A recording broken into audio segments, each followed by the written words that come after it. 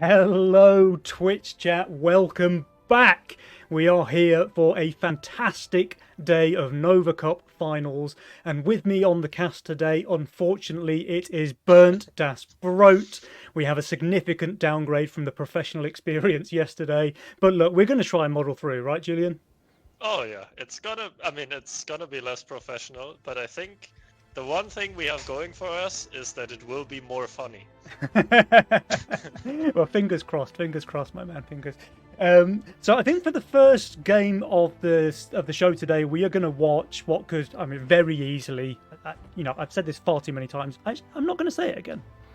We're going to watch two teams who have very frequently played each other in the grand finals, but Yeah. also quite frequently in the semi-finals as well, and that's a result of the new format, where essentially there are always going to be these four big hitter teams that end up in the semi-finals, and only two of them can make it through to the grand finals. Now, Yeah, but between these two this teams, Aberystwyth, yes. that is King Dans and Willison, and Barnes Kieran, which is Drakir and FC Lucy, obviously named specifically to try and trip up the casters. Yes. But you got to respect that. Last month they were Wagat Goobed, and this month they are something else completely unpronounceable. So respect the hustle. They're consistent if nothing else. Yeah, I mean we're trolling them 24/7 on the cast, so I think it's just reasonable that they troll us back. Yeah, for sure, for sure. Now, I don't know, like between these two teams, they are possibly the most consistent teams at the moment in Legion. I'm pretty sure between them, they have the most Nova Cup wins compared to any other team. I know Ashton and XCOD had a really good run of it early on, but they haven't really played much lately, or at all lately in Ashton's case. Yeah. And so I think it's fair to say that Barnes Kieran and Aberystwyth are the two favourite teams in general. Now, I know Adamiator won last month, but in general, these two teams. Yeah, I would agree. So between the two of them, it's kind of interesting that one has to go out now in the semi-final, and only one of it can make it to the grand final. Do you have a favourite, though, between the two? I mean, I looked at the ladder and I saw, like, briefly I saw King Schwanz just dominating, like he usually does for like a run of, I don't know, 2 weeks. So, and then he just ints it away for fun because he tilts or whatever. I can't go against him. Like, I think they will win, but it's gonna be close because Drachia has also played pretty well on the ladder as well. So it's gonna be a good matchup. It's certainly close. I don't think it's necessarily as close as you might think. So we've done some digging into the statistics between these two teams, and King Dans actually has a 59% tournament win rate against Drakir in the Nova Cups. So ignore all the ladder games, we're not interested in those, just the Nova Cup games. King Dans 59% over Drakir, which does seem they've got a pretty decent edge here in this semi-final. Now, that is a little bit of mixed teammate stuff because King Dan's played a couple of tournaments with Cyojin and Drakir played a couple of tournaments with Isolde and stuff like that. But just that head-to-head, King Dan's, Drakir, 59% in favour of the King. So that's a pretty good edge, man. Like, if I could go into a tournament thinking I've got a basically 10% edge on my opponent, I'd be feeling pretty good about myself. It's 20% because it's 60-40. I knew there was a reason that you earned your PhD in mathematics, Julian. Congratulations, by the way. Obviously, you deserve it. Like, we can see the fact that you calculated that 20. But actually, it's 18% because it's only 9. So actually. Yeah, but I think that I wouldn't overrate the stats because Drachia went into the tournament scene pretty quickly when he started playing. I think there's also like games from 2 years ago where he was not the player he is right now. Like, not to take anything away from his self from 2 years ago, but like now he's like one of the best players to ever touch the game. But 2 years ago, he was still learning. Even we won against him on the ladder occasionally. So, and that's saying something, right? Yeah. Yeah. Fair enough. Okay.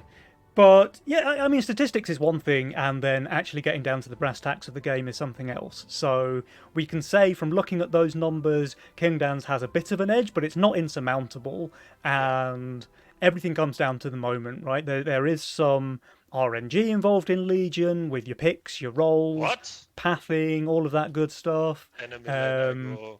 But it comes down to just how the players are feeling on the day as well, right? So Yeah. we'll have to see. Is King going to cement his enormous 18% margin of error there, or will Drakir turn the tables and bring things a little bit more closer to 50-50? We'll have to see. I think the lobby should be up and ready, so we can hop in on there. I also think that like Witherson can be obviously one of the best players of the game as well. If he has like a very good day, then he's just going to dominate the games as well.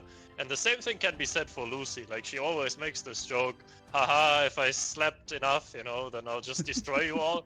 But there is something to it. Like I faced her when she's been awake for 30 hours, and it's like the easiest game I've ever played in my life. But I've also played against her when she was like reasonably awake, and she just absolutely clapped me. So I wouldn't like just say King versus Drakir. It's really the teams. Oh, of course, there's a whole team dynamic. Yeah, it's just that these guys have played the most games against each other. And yeah. I know why you were making it that way, but I just want to say these other players like Witherson and Lucy, they are not no names. They are really, really good as well. Well, and Lucy, sure. Yeah, Witterson's a bit more dead weight, but King's got a pretty strong has a big peewee. He does have a very big peewee, but it doesn't always help him too much here. Yeah, exactly. Hey, so I did have a question actually, just while we were waiting for these players to get themselves ready into the game. In your opinion at the moment, and if you can try and answer in at least a semi-respectable sense towards his lordship, the Julesinator, what kind of playstyle would you favour in the current meta? Do you think it's more of an income-heavy meta? Do you think it's more of a cringy, starvy meta like we've had in the past? What kind of playstyle do you think we favour at the moment? I think, well, first of all, I think the meta in Legion is always sort of diverse. Mm-hmm. Like you can make almost any strategy work if the situation is like the correct one. But in general, we definitely have an income scale heavy meta, I would say. Games go pretty long on average, and economy is, of course, much higher than the last patches because we nerfed the mercs. Mm-hmm. So, and it's also much harder to break good late game combinations because the mercs are weaker. So it's definitely more late game focused than it was, say, 5 years ago or whatever. Mm-hmm. Yeah, no, that's fair enough. That's fair enough. And then if you do end up facing against one of those, like, super powerful late game combos, I mean, how do you break it? What's your game plan? You save your Mythium, and then you save your Mythium, and then you suicide, and then you hope that you have enough Mythium to break it. Yeah. Yeah, fair enough. So just overwhelming numbers then, rather than anything else. Yeah, I mean, there's not much you can do. I mean, the combo has 0 weak waves. So what do you need to do? You need to get an overwhelming amount of Mythium so that it can't get value from its scaling. Mm-hmm. And that's what's going to happen. Fair enough. Well, on that note, we'll have to see how the games pan out, guys, because game number 1 is about to begin. It is the semi-final between Abraceit on the left, that is Kingdowns and Witherson, versus Barnes Kieran on the right, that is Drakir and FC Lucy. Let's go. FC Lucy, clap, clap, clap, clap. All right. Give me a shout about these Legion spells, Bernd. Well, Legion spells, we have 1 defensive one, Sacrifice, and 2 offensive one, Giant Snails PTA.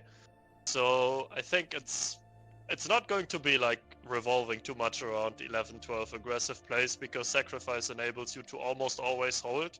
So it's mostly centered around like wave 10 and then probably maybe income 11 and then like a longer save for 14, 15, 16. Yeah. Sounds good. And it looks like we've got 4 really aggressive masterminds as well, right? Because we've got double Cartel for Kingdowns and Lucy. We've got Fiesta pick up for Witherson. Now that's a very strong pairing there, the Fiesta Cartel for Abraceit. Drakir a bit more vanilla there with the cash out, but also a very strong early game mastermind. Like it really has its power spike over the first 4 waves, right? Yeah, I mean, I think Cash Out and Cartel are the only really good masterminds if you pair them with Fiesta. So I think Witherson being Fiesta doesn't have a big advantage over the opposing mastermind. Say if Drachia had picked Castle or whatever, you would be at a disadvantage. But like this, it's fine. Yeah. What I want to say is Witherson opening Gate Guard when he could have gone Devilfish Harpy or Seraphim Harpy is a bit odd to me, because like this he will hold wave 1 and it's pretty hard for him to get a good Fiesta on wave 2. Like he can go 6 workers, but then he adds 1 Polywalk and leaks like 60% to a no send, which I don't think is a good Fiesta. And it's also not super valuable for him to have pressure on Drachia who opened Flower. Right. Yeah, like he basically can't lead Dracir now. Dracir has Mask Flower, so he's really not weak at all before, say, wave 5.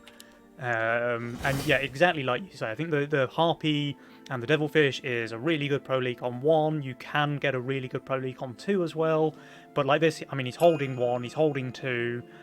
And when do you really pro leak with a Gate Guard? Because it's one of those units that has a very clear threshold, right? Does it summon once? Does it summon twice? And the power level is just completely different between how many casts the unit gets off. So it is, like you say, it's one of those things where you're either going to be leaking 60% or nothing. Yeah, exactly. And Kingdom starting Crusher would have loved to have like a super long wave 1 as well. Yeah. But I think they also know that Drachia and Lucy don't like to take the biggest risks early. So they know that playing for a huge league early game is not really worth it. So they just pick their best opening and just like want to kind of outscale, play a normal game. If Wither leaks, great. If he doesn't leak, it's not the end of the world as long as you have good push with Fiesta. Yeah. Now, having said that though, Dracir and Lucy, they are both on 7 workers, so they do have a slight lead. That is, of course, kind of roll diff, because we've got the Seedling Casket for Lucy and we have the Flower for Dracir. But, you know, they are playing this one pretty fast and aggressive so far. Yeah, and this is also what we call fun and interactive, because if you send the Casket Seedling, it's going to Giga Push, but if you starve it, it will Giga Push and still hold. And it's the same with Flower Ranger, so the first like 5 waves is like very little interaction. You still have to income send, so you hit your threshold, but don't go like overboard with the income sending. And then really the game starts around wave 5, 6, where there are clear weak waves for Drachia and Lucy. Yeah. Alright. Hey, your mic's sounding a little bit crunchy today, by the way. Did you change something? No, it might be that I have to restart my PC. If it's like not good, then I have to restart my PC, because I was eating before Nova, and sometimes that messes up my mic. Okay. Yeah, okay. Maybe not restart in the middle of a game, though. No, I'll restart after this game. Cool. Alright, Witherson getting a 60 send here. He's minus 75 value, but he's pretty strong on this wave, honestly. The Seraphim perfectly positioned there to tank just a few creeps on the right-hand side. It is winning that matchup, it looks like. But, I mean, this is just going to be another wave that he doesn't leak with his Fiesta, right? So it's wave 4. He hasn't leaked a single creep yet. Now, that's not necessarily bad if he had the worker lead, which he kind of does. They're both on 8 workers, King Dans and Witherson. Actually, King going all the way to 9 now. I think Witherson is just playing Castle for fun without the benefit. Yeah. Oh, he's being bruited by Lucy, though. This might... Well, this might give him This might leak him decently, because he stayed very low value here. He went 9 workers as well. But he's quite good here as well. I think, again, it kind of comes down to whether the Gate Guard summons twice before it dies, or does it just get overwhelmed? Yeah, I think he's gonna kill the boss. Oh yeah, he'll kill the boss for sure. He has a ton of magic damage. And the second summon, does it come out? It does not, just barely. So as a result, he's going to leak a couple more creep than he might have done. Yeah, 61% there for Witherson. So, this is exactly what you were saying, Bernd, that he basically is not really going to be getting many pro leaks. It's either going to be 60% or nothing. Yeah, but it's also, like, come on, he's 350 value, he gets a full tryhard set, a Brute and a Snail, he's minus 126, and he leaks 60%. Oh yeah. Well, they both have like 9 workers, he has 10 now even. I mean, it's not horrible for him, I'm just saying, I wish that these things would be like a 90% leak. Yeah. He was really good though, I think, on 6, Oh, and yeah, especially yeah, with the for boosted for sure. But he infiltrator as well. gets. Yeah, but he only got one summon, and I think he should have Yeah. been punished for it. But anyway, he has the worker lead. He's doing pretty fine in the game. Drahir is saving his Mythium for, I assume, wave 7, but King Dance, as always, sniffing it out, already adding the Butter Badger, knowing. He just knows. Like, he just plays with map pack or whatever, he just knows. Yeah, I mean, we know from previous Nova Cups that King Dance has cheats enabled, right? Yeah. He had Mythium hacks that one time. Yeah. Or any leaks to speak of, it looks like no, everyone's kind of chilling. Oh, maybe Widdowson though.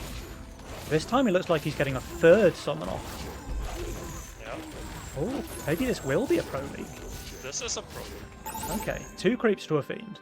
10 But, workers. I mean, I'm not so sure King Dance is super happy because he's being saved on. And now He his is. teammate made the wave super long, and he is on 170 Mythium. Oh, which he But doesn't he send. keeps saving. Yeah.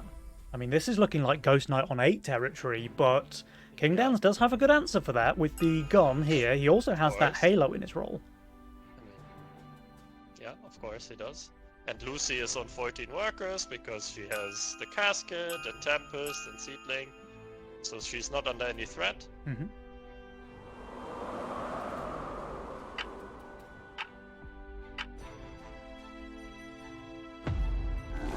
But I'm not sure what Wither does for wave 8. Ah, I guess he also has gun, so he's probably gonna be fine. But he's lacking a bit of tank value for, like, proper gun value, to be honest.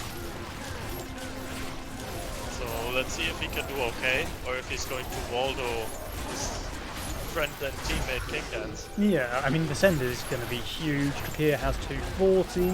I mean, Lucy's send is not tiny either. She's got the Patrick? Mimic out Is it a here Patrick? already. And It there is a Patrick. Patrick. Come on, let's go. Patrick on wave 8. Your weapons mean nothing. King's just going for tank value, actually. I thought he might go for the Halo here, but he's just decided to go for another Badger, a Warg, and a little bit more HP on the board. I mean, he's on value, and I think if his gun lives, he's gonna hold or do extremely well. Mm-hmm. Because, like, the pierce damage against the Ghost Knight is really good, and I think the Howler is passive is also very useful. Oh, But that's his true, gun actually. is gonna die. It's dying! It's Oh gonna no, die! that's really Oh, bad! oh, Oh, King! Oh no! I mean, he was using the Howler passive very well there, so the Ghost Knight at least did die fairly quickly, but yeah, he needed that gun to stay alive. Yeah. He would have done so well. And meanwhile, Meanwhile, Waldoson over here. 83% to the smallest end. yep, classic Waldoson. They're going to this take is some really serious bad. King damage here. Yeah. And Lucy is on 19 workers, meanwhile, under zero pressure because Drahir enabled her. And this is what kind of caught Widdowson off guard. Like, he didn't expect Lucy to be on, well, now 20 workers and be able to send Yeah. him 220 on wave 8 after only a one wave skip. And, well, King just inted his gun, so... Lucy is absolutely popping off Yeah. this game, by the way. Look at her, Yeah. she's miles ahead on the power score, 25 gold shot down, and meanwhile King Schwan's over here. He's Cartel as well, but he's right at the bottom there, which is really not where you want to be with Cartel. Yeah. It would have been fine for him if he had held against the Ghost Knight, but now he's in big trouble. I mean, Jules is giving them 25% chance to win the game, and that's on wave 9, and I think he's right. Like, there's a very low percent chance they will manage to come back from this deficit.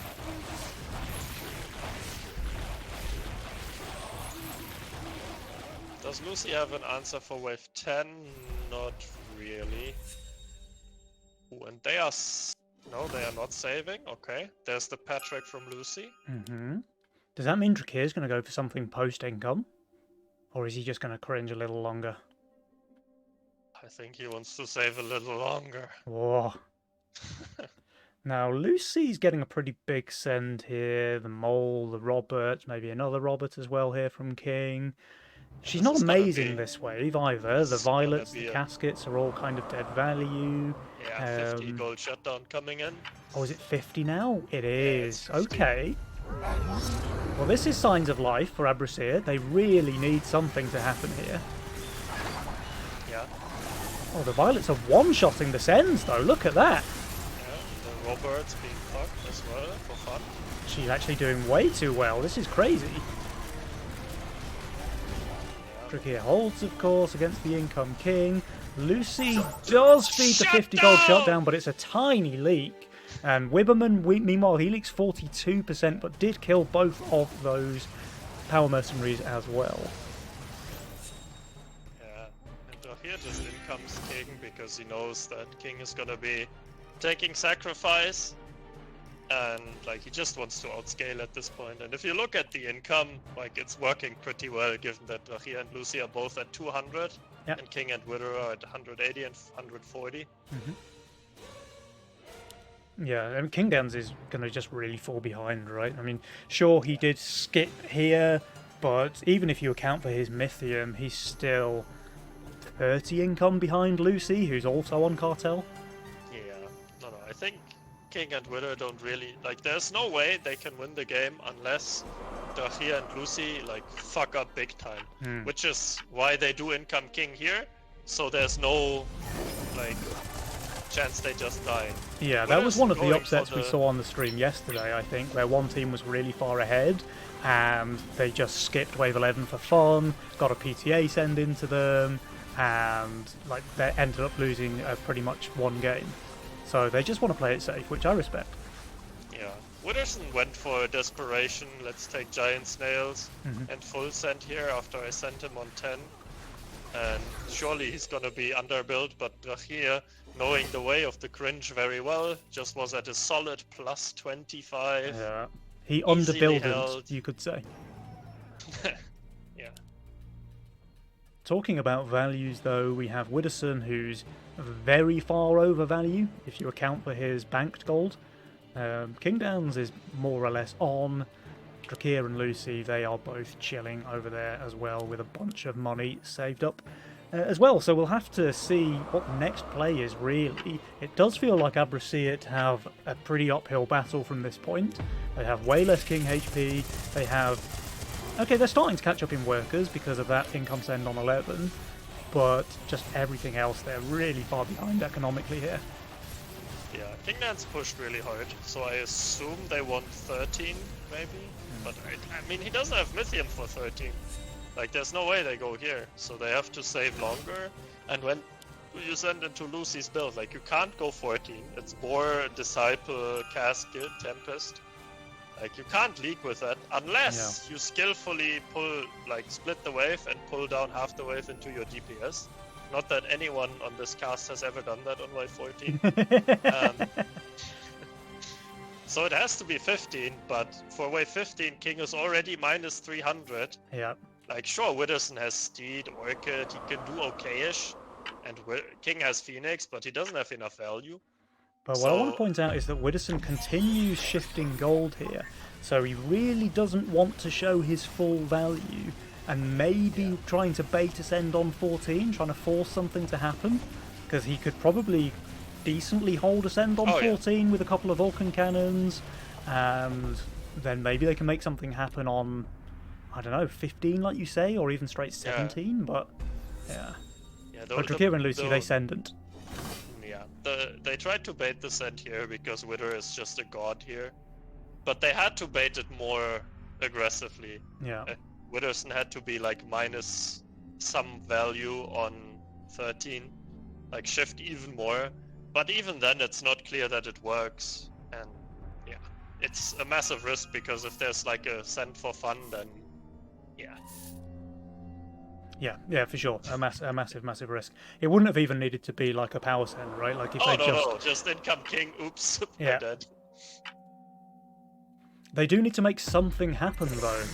And going back to that question that we talked about before the game, is it income or is it cringe? Well, I think it's fair to say that Barnet Kieran went for the cringy this time around, and they are massively ahead. So it seems like, so far at least, the Cringers are getting away with it. Oh, for sure. I mean, they executed the early game beautifully, having rolls with 0 weak waves, forcing King Dance to income into Lucy, and then getting the Cringe and the Worker lead. But this is where, I think this is where the game ends, because King Dance is minus 800, and he's not holding, even though he has a Phoenix. And Witherson has Ocean Templar and good units, but he's minus 300, so I don't think he holds. Or even if he does, he's not gonna cover enough. And I don't think Lucy and Drachir like leak too much. I'd be very surprised. I think Witherson might hold. I think you can't really underestimate the Harbingers with Ocean Templar and all of those Steed bots on 15. Because, you know, because of the split shot, they just end up providing so much value with all of that extra HP. But this needs to live. This gone? Oh! The last shot from the mini quad takes it down. That would have been such a big difference if it stayed alive. Yeah, King Dance leaks 100%, Lucy leaks 68, 50 gold shutdown there as well. Drachir's doing very well, leaking just a Needler, and Witherson leaks 86, low HP boss there. I can't help but think he just would have held had his Vulcan Cannon survived there. Yeah, that's a massive difference. I think they live though. Yeah, they do. Unless they don't. No, Oh, so close! I told you they were gonna die. Alright, Yeah. I'm quickly gonna restart my PC if Cool. the mic is sounding a bit fucked. Nice Sorry one. for Alright. that. See you in a sec. Yeah. So yeah, guys, that was a pretty interesting matchup between Barnes Kieran and Abra Seat. If you take a look at the graphs, you can clearly see that Barnes Kieran were ahead from the start of the game pretty much all the way through. They piloted this one very, very nicely indeed. If we want to talk about a couple of turning points, well, the first few waves were pretty neck and neck with all of the players going for a bit of income here and there. Lucy did feel a bit spicy with the Brute on 5, getting a decent leak out of Witherson, his first Fiesta of the game, by the way. And then they decided to turn on the Cringe a little bit. This was a good Fiesta leak here for Witherson, receiving a Fiend, leaking 2 Creeps, making a long wave, but Lucy and Drachir, they had their Cringe plan already in action. Wave 8 was the target. We had a 220 send into Witherson, who leaked massively there, 83%. And King Dance, he actually did very well against the 280 send with his Gatling gun addition to the board on wave 7, but it wasn't well enough. His gun did die before the Ghost Knight went down, and as a result, he leaked 66%, and the side took a pretty hefty amount of king damage there, dropping below 50%. Sure, Drachir leaked as well, but Lucy full covered and no damage was done. And from this point, they just kind of committed themselves to the cause. Lucy, she has so many workers, she can afford to send 300 again on 10. They go for their income on 11, playing it safe because there's aggressive spells in the game. And then we just see all of the sides going all the way to 15, where King Dance and Witherson, they just receive a lot more Mythium because of that worker pressure from Lucy and Drachir, and they just have way lower value as well because of the economy state during the early game. So very, very well played by Drachir and Lucy, and a very well deserved 1-0 lead to the series. So we'll have to see. I mean, we said before the game started, guys, King Dance has a 59% probability to win against Drachir, but if the things carry on like this, it looks like Drac is trying his utmost to take things back to 50-50. This was very, very well played by Drachir and FC Lucy. Oh yeah, for sure. Oh, you're back! Yeah, I'm back. Beast! The cast is being saved. Amazing. So we had Cash Out from Drachir, we had Cartel from Lucy. Pretty trademark pick there from Lucy, taking the Cartel. And let's see if the next lobby is up. It is. Let's hop into there. Come on, King. Pick Fiesta now. Oh, your mic Only sounds way better, Witherson. by the way. Sorry? Your mic sounds way better. Ah, perfect. Yeah. Sometimes it does that, and I have no way of checking. So. All good. Alright, we have all of our players in the lobby. So we should be able to get this one underway. Now, Burnt, Widdowson and Kingdowns, they are on the back foot now, and remember, it is a best of 3 here in the semi-finals, so they've got to be feeling under the pressure. What do they need to do here in Game 2 to turn things around? Because they need to win back-to-back now if they want to have a hope of making it to the final. Well, I think the first start is not play Fiesta Gateguard. That's a that helps. good start. Then what they need to do is, okay, Gateguard Steed has a very clear weak wave on wave 8. If you have very clear weak waves on even one of your players, and the opponent has these skillful rolls with like good push and no weak waves, you need to protect your weak waves. And this is exactly what they didn't do. They allowed Drachir and Lucy to have completely free reign in the early game, so Drachir could starve King and get the Ghost Knight out for wave 8, which is like essentially not holdable.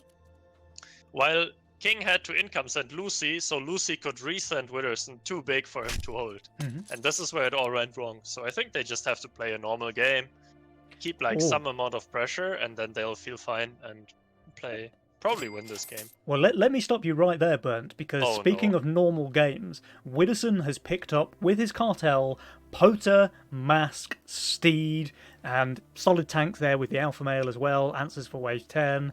I think there's a very good chance that they are going to turn this one around with a roll power like that. And Kingdan's roll is looking very, very solid to me as well. Yep. Nice.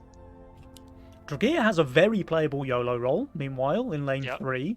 And Lucy, she's gone with Greed. I mean, she has a pretty phenomenal roll as well, to be fair. She has Boar, Halo, Disciple was there, she opted not. But good tanks as well, you know, cost-effective, Buckler, Pee-wee. I think there's options all around in this game. Yeah, I think there's no one who feels like, oh, my roll is unplayable. Ooh, Snails on wave 1. Okay. Oh, but Dragir was feeling it! Look at this, he added a split with his Shroom. Amount of balls? No. And it's so good because the seed also makes the Shroom never focus the snail, so he's probably gonna full hold. And King is leaking small to the snail, but he doesn't mind it too much. No, he's fine. Oh, it's like 3 creeps, right? 4 maybe? Oh! Yeah, 4 creeps on King, 2 creeps on Dragir. Pretty much a wash, I think. Like, nobody really minds these leaks. Yeah. It's a perfect opportunity to use the Penny Shiko emote because there were leaks. But gotta say, the emote game is strong in Legion right now. Yes. Certainly the best part of the meta is the emote meta. That's how you can tell apart the real skill diff between players. You know, are they using their emotes correctly or not? Yeah, exactly. Okay, there's a couple more snails sent, one into Kingdowns, but he added a Devilfish, he's completely fine, and one into Lucy, who is also doing very, very fine. So only a little bit of income for both players, and 6 free gold on the opposing side, so nothing particularly to write home about on that one. Yep, 6 workers on everyone, I think. I'm not sure if Drachir can go 6 just yet, because Widdowson did save his Mythium, but now he's going for the income as he should. So Drachir's 6th worker will be delayed by 1 wave, but I don't think he minds too much.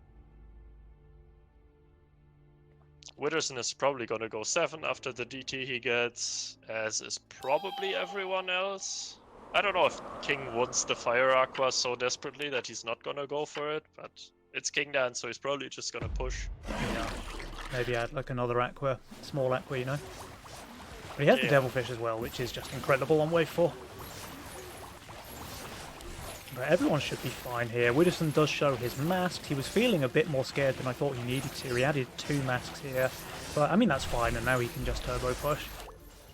Yeah, I mean, he's going 7. He's gonna add the False Maiden, and then he's gonna push more. And But just stabilize his lane with income alone. It looks like all 4 players are just holding here. Lucy probably would have leaked to a full send there from King. Ah! What is this? Oh, -2 from Kingdowns so early. That's unusual. Into FC Lucy of all people? Clap, clap, clap, clap, clap. And she already is showing several Howlers on the board. Yeah, but okay, well, maybe King Dance just knows that Lucy does not know how to use the passive correctly. So because Fluffy Stuff hasn't like taught Coached her. Yeah, that's very possible. So let's see, can she use this passive correctly? She does on the snail at least. Yeah, I think she's just, in the words of the kids, giga chilling. Yeah, I think this may have something to do with her being on value. On value with good units for the wave. But no, she's still leaking, actually. Oh, no. Yeah, I mean, this is fine for Kingdom. I mean, Yeah? -2 for a 30% lead. Not great, not terrible. No, it's probably more or less moot, right? Neither player really cares about this leak. It's more the long wave. Well, now everyone is on 8 workers, but Lucy's 8th worker was a bit delayed. So maybe it's like a 0.1%. Widdowson, feeling spicy, does go for a Hermit here against the massive amounts of AoE on Drakir's board. And the 3 seedlings. Seedlings, well, those are countered now. These seedlings, he's going to feel really silly to get his 45 gold tier 1 units hard countered here by this Hermit. I wonder how many Howlers he's going to add, though. Yes, is the answer. Yeah. I mean, this reminds me of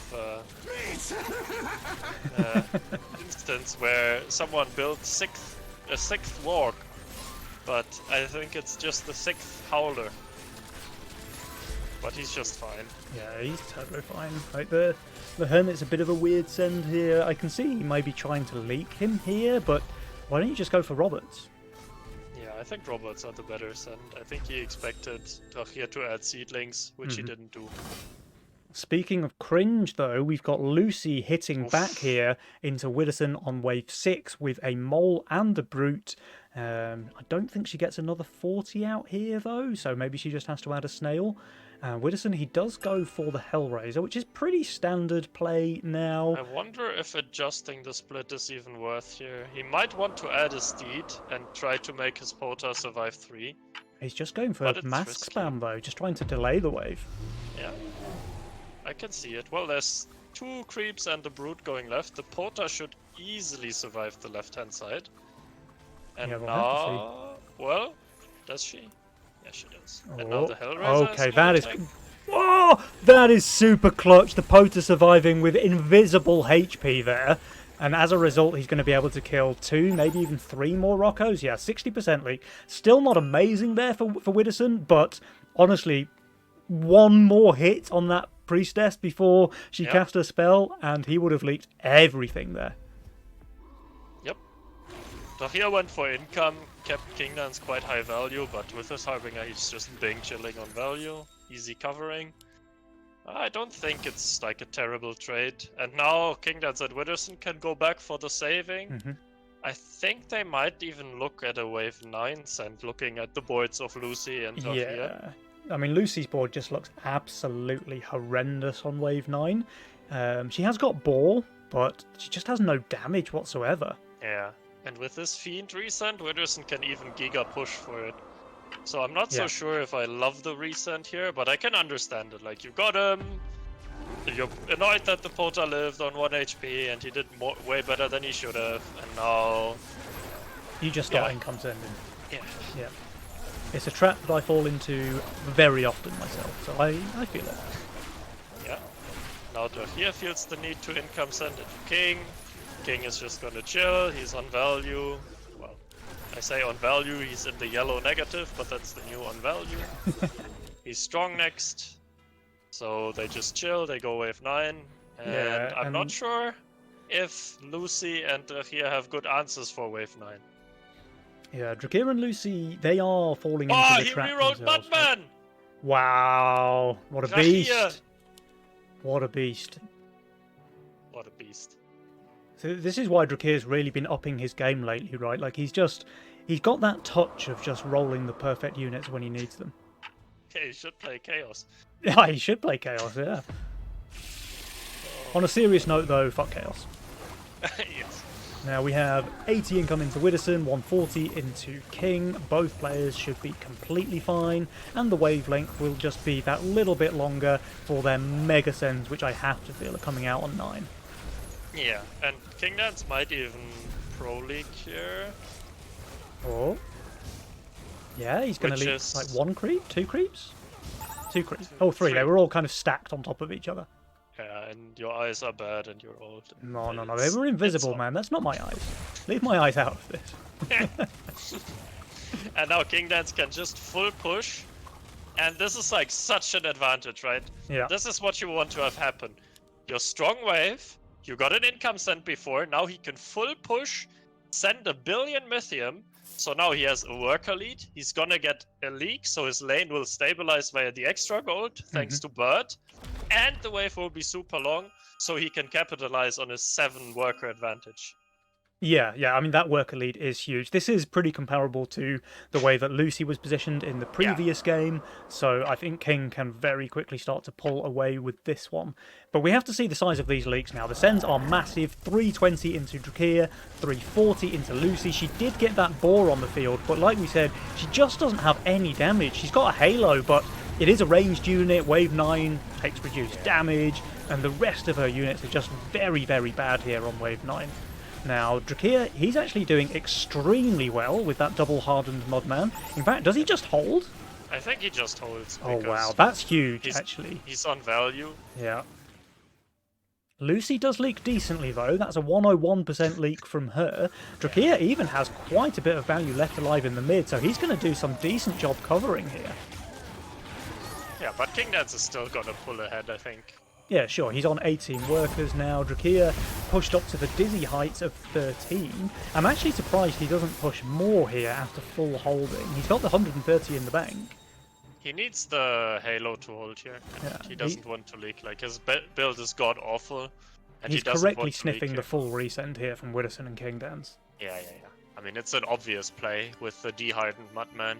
And Lucy isn't amazing here, so Drakea just wants to overbuild. And they probably aim for, I guess, wave 12 with like an aggressive spell. So you also need to have enough value to hold 11. And with this send, he just wants to full push for wave 11 to have the pressure for 12. I think both of them will push full after this reset. Yep.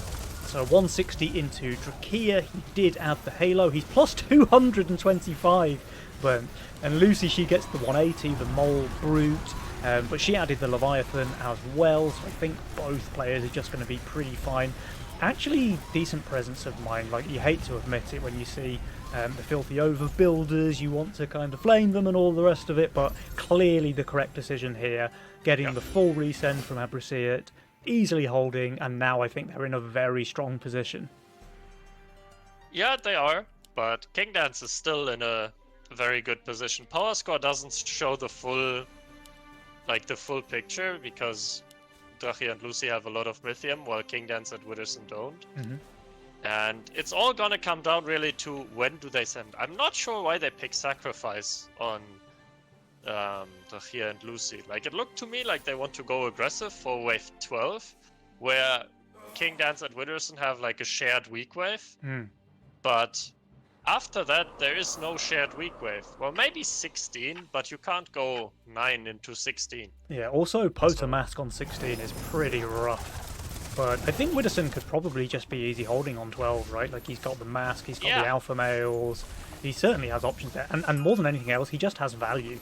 The Bigwig drop is weird here. Now, I've spoken to Widdowson about this in the past, and actually what he said about the Bigwig tech is when you get a big send, or when you're expecting a long save, he really likes the Bigwig in that position because you're going to get a ton of value if the enemy's saving for like 4 or 5 waves. Now, we do see a pro leak here from FC Lucy leaking 2 creeps against 4 snails, but that's really good for the side of Barnes Kieran because they are saving their Mythium, and now things are starting to get pretty scary for Abrasiat. Yeah, and now they income send because they also expect the 12, as I did as well. And Lucy pushed giga hard for a 12 send, but they don't send. They 12 and so yeah. It's And this time around, Lucy should be fine against the Income Sen. She's very strong on 12. I don't expect another Pro League here, even though she's very far under value. And Drakir should be very fine as well. The question is then, for the side of Barnes Kieran, are they going to go 13, 14, maybe even 15 if they're feeling spicy? I don't think they can make it to 15 with Lucy's push. Because she's like already on 1500 value, minus 300. And she's weak on 13. Like this push kind of suggests they want 13. But this is also like one of the stronger waves of Team Abrasiert. So, Yeah. not sure. Maybe they want 14 with Ascend now. Like this was the bait them into Income King on 12. So we just can 14 them angle and kill them there. Well, Lucy didn't really push off of that 12 resend. So, yeah, they're planning to cringe a little bit longer. Now, it does seem actually so far in this series that the cringy side has been winning. It certainly worked out well for Barnes Kieran in Game 1. And at the start of this game, it worked out very well for Abrasiert, right? They got juicy leaks from Drakir and Lucy here on wave 10 against Lucy, with a big send there. And they were looking like they're in a really strong position. But that wave 10 resend kind of gave them a pretty good out back into the game. Yeah. But let's see, I mean, it's still... They have to... Drakir and Lucy are like minus 1 million. And they have a big worker lead. So right now they are kinda outscaling King and Witherson Hoyt. But they still have to get a big leak out of them. And I think Lucy is leaking here for a long wave. Which, again, is good for them. But this has to work. Oh, it's perfect. One creep as well. This is really good for them. Really good. And King and Witherson, they have to be feeling scared now. They have to Income King here. I mean, Yeah. there's no way they don't Income King here, right? Yeah. And they do. There's the Income Yeah, King. they do. Now, they actually both still have their sacrifice. So, I mean, Witherson could even think about sacrificing his bigwig. Yeah, he could. Kingdans is hardening a golem here. I actually love sacrifice with Mudman in your role, by the way, because it really takes out a lot of the downside of that unit. Like, you can always play this way, the way that King is right now. You harden on 14. If, for whatever reason, they saved again to go 15, he just sacrifices it. Yeah, I think they keep their sacrifice, both of them. I think Witherson should have probably sacrificed like an alpha male or whatever. Yeah. He does short sell his Wiggers, which is very good because he's definitely gonna lose it here. Yeah, but then you might as well just sacrifice it, right? If you're really expecting the send. I think so. Turn it into a good unit instead. But he has or is two it at least Hellraiser Tantrums, and the Pota is just This area is streaming just over there. perfect, Okay, but it still, dies like, eventually. 109% leak for Witherson. King Dans, though, he's King doing just holding. incredibly well. Well, he's not holding. He kills Can this kill the 4 eyes? He Eye? does. So he leaks just one 4 eyes against the 980 Mythium send here on 14. Very impressive performance from the King. Yeah, but Witherson is still behind. He's on 300 income while everyone else is on 400. Yep. And this is what happened because the waves were so long, and Lucy and Drakir, they got some leaks here and they had the worker lead. So now they are in a very good spot. But King Dance is ahead. And if someone knows how to carry a game from ahead, it is certainly the King. Yeah, he's a pretty good player, I think it's fair to say. And I'm not so sure. Okay, Lucy has great top end roll thing. Like she has Halo Boar, Leviathan and Trinity Archer for fun. Yeah. Drakir does not have the best top end. Like his roll for a YOLO roll, this is illegal. I just want to state this. Having such a good YOLO roll should be like banned, and it's not fair. But it's like a good greed roll, isn't it? It's not incredible, but it's certainly like a good fine. greed roll, hand-picked roll. But still, King and Wither have better top end in their roll. Yeah. But they are pushing hard. Do they want 17? No way. No, right? sure you can't 17 into Lucy, right? There's just no way. Yeah. They 16. Oh. Ah. I don't know that I see this working, though. I mean, Lucy shifted a little bit of gold here, not a massive amount, so she is going to be decently under. She does now reveal the Trinity Archer that she's had in her role for a few waves now. She does need to full build, though. She can't afford to shift any gold here, obviously. I see why they're doing it, because they were scared. Like, Drachia and Lucy want to go 17, and King and Wither didn't feel like they could skip. So they want to go onto the 16, 18 kind of line, or 16 into 20. So they try to push and force this, but I'm not sure if this works. And Drakir's read this like a book. He's double hardened his golems. They're maxing the king spell. I mean, this is looking really juicy now for Barnes Kieran. We might just see a 2-0. It depends how well they do here. So here might feed 50 gold shutdown, and they might take some decent king damage.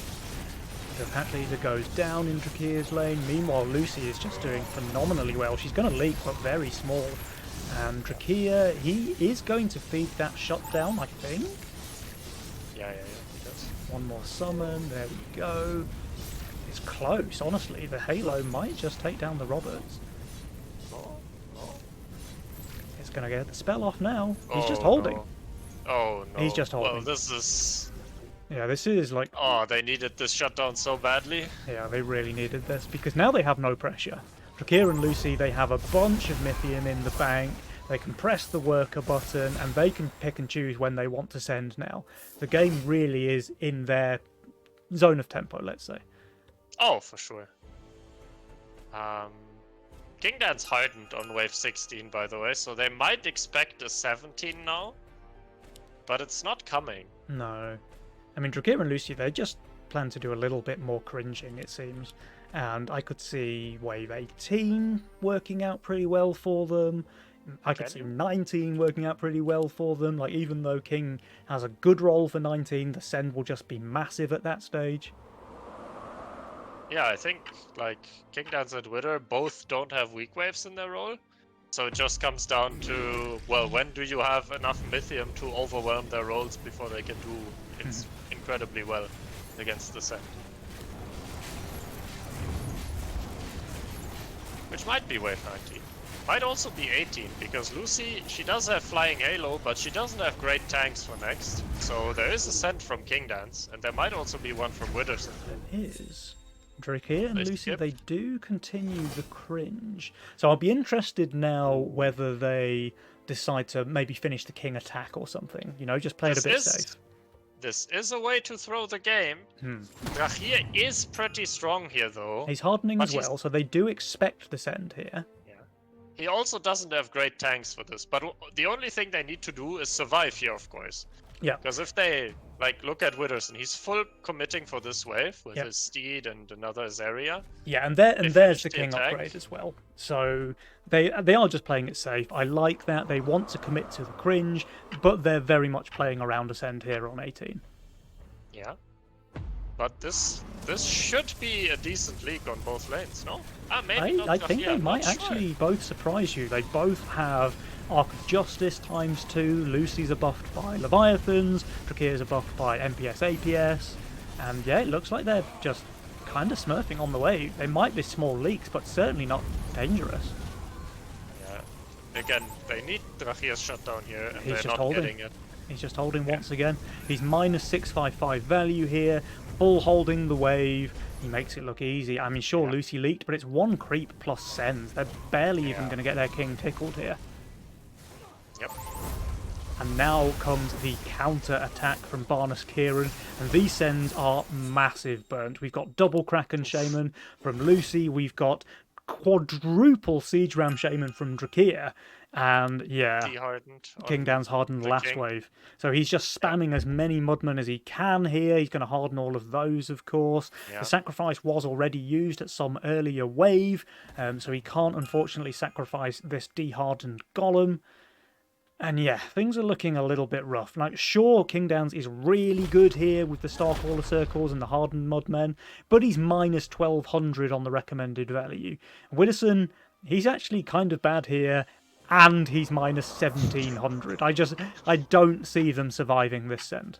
Yeah, me neither. But let's see. If someone can hold its King Dance, of course. That's a 1900 Mythium send into the king, though. Like, he's a good player, man, but he's not a miracle worker. Or is he? Unless. Unless. No, I mean, he has Starcaller Disciple and Mudman, but he just gets overwhelmed. Yeah, he killed half the wave pretty quickly. He's doing way better than he should for a 1900 send, but it's not enough.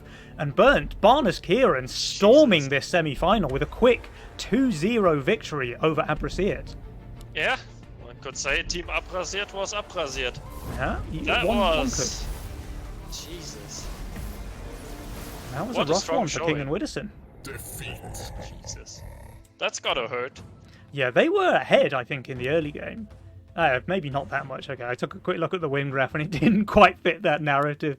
But I saw, Widdowson did pretty well against the 200 send on 6. Lucy Leak's massive against this huge send on 9. But then they both held the full send on 10 and the game just flipped over in a second, right?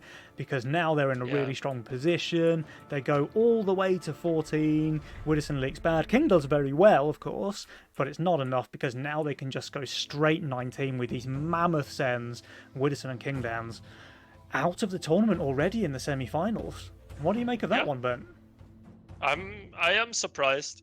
Obviously, Drachir and Lucy, like, they can win any series, but I didn't expect them to take it 2-0. No. And especially with this Wave 9, like, I thought, sure, Widdowson isn't in an amazing spot, but he's in a fine spot, and he has Potar Mask with Steed, and Kingdance was in a very, very good spot. And as you said, with the resend on 10, they gave away the pressure, and then they tried to, like, outscale via income, but just got giga cringed. Yeah. And the 2 Pro Leagues by Lucy were so good for Drachir, and, well, Lucy as well. And then they just send 1,000 on 14, have the income lead, get a league, and their lane stabilizes via the bird change for fun, and then they can just cringe till 19. Straight 19, yeah. Yeah. It was, I mean, to be fair, they actually made these games look relatively one-sided, considering they're playing against King Downs and Widdowson. Oh, absolutely one-sided. Like, first game, King Dance and Widder played a weak early game, got punished for it, and you're like, okay, well, it happens. You know, you make a mistake early game, income too much, whatever, get punished wave 8, you're playing from behind. But this one, like, they were in a fine spot after wave 9. I'm convinced that if you play this out like 100 times, it's 50-50 or even favored for King and Widder. But their mid-game decision-making just wasn't on point. And I'm they paid the price. I'm impressed by Drachir's and Lucy's play. Like, really heads off, really clean execution. Yeah, 100%, 100%. And we'll have to see how they fare in the finals now, because based on that level of performance, this could very well be their month once again. But speaking of which, Bernd, we actually still have the second semi-final underway, so we could hop into the Atrocity versus Adams match quickly. They are currently on wave 9, it looks like, and Adamiator are in the lead 1-0 at the moment. Yeah, let's just hop in. Alright, here we go. So it looks like there's a bit of a wave 9 send here coming out into the side of the Chaos Twins, Atrocity, and in the hole. They're doing pretty well so far, though. Violet is super strong on 9. He's going to leak for Atrocity, but honestly, it's not terrible.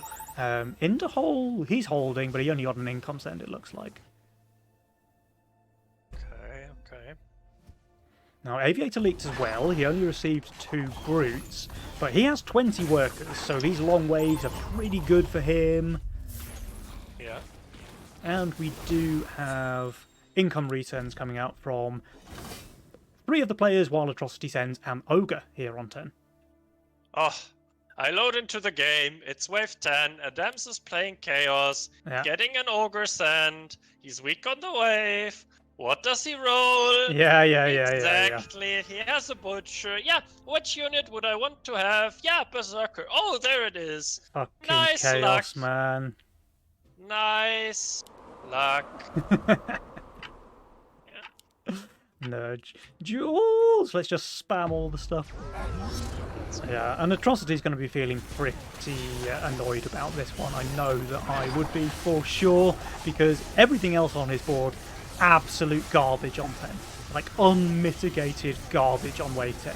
So of course he has to roll the double Berserker. Now, he still is going to leak here. I don't think he'll kill the Ogre, but he's doing way better than he would with pretty much any other unit in the game. Yeah, but still, like this, the fact that he's leaking makes this worth it for Atrocity, and he doesn't mind it too much. Aviator is ahead though. Mm-hmm. Well, is he? In the hole looks like he's in a really strong position. Yeah. And he has Champion. Like, his economic position is not the whole of it, because he also has a very strong buff on that Sakura. Oh yeah, for sure. It's a bit tricky because he went for Income King here into Aviator, who's already ahead and has his Kingpin power spike for wave 11-12, and now there's the embargo. So now Atrocity and In the Hole will have to face a ginormous send on wave 13. And I'm not sure if their roles are like equipped to handle it. Sure, In the Hole has the Halo, and Atrocity has the Avenger, but it's also going to be like 700 cents on wave 13. And I'm not sure if this is gonna go too well for them. Atrocity also has Embargo, and okay, In the Hole has Pulverizer as well. So Pulverizer Halo still gonna be very strong on 13. Yep. But is it enough? What do you think, Penny? Will it be enough? On 13, I think they... Actually, I don't think they're going to send on 13, because they're going to take one look at Atrocity's value, and he's 150 over here on 12, and In the Hole is overvalue as well, and they'll think, sure, we've got this embargo coming out, but they're basically going to be on value. They have full King attack as well for the Chaos Twins, and even if they leak them, it's not going to be mega, and they won't do that much King damage, right? Meanwhile, Atrocity and In the Hole, I'm pretty sure don't want to send 13 either. One, because In the Hole income sent, and two, because Adams already has a Lifesteal Fatalizer on his board. Yeah, but Aviator is only weak on wave 13, right? Like, he has a classic Kingpin build, no solution for wave 13 yet. He pushed. Yeah, but it also very much looks like Aviator just shifted like for a Phoenix or something here, right? Oh, yeah. So if I'm Atrocity and In the Hole, I'm probably thinking, oh, you know, he just shifted. There's no way he full pushed. But he did, in fact, full push. And as a result, the send is going to be pretty big here on 13. Yeah. Adam's going for Ogre full Roberts. Yeah, I'm not sure I love that. Now, we do need him to use his Pulverizer. He does. It goes out on the Arc of Justice there. And Atrocity, he's dropping down a Holy Avenger. He doesn't get the big one. No, he doesn't. He does have two Violets, though. Oh, but he's even building another Leviathan, which is just dead value here on 13. Yeah, they expect 14, I guess. But I have some news for them. It's 13. It's 14.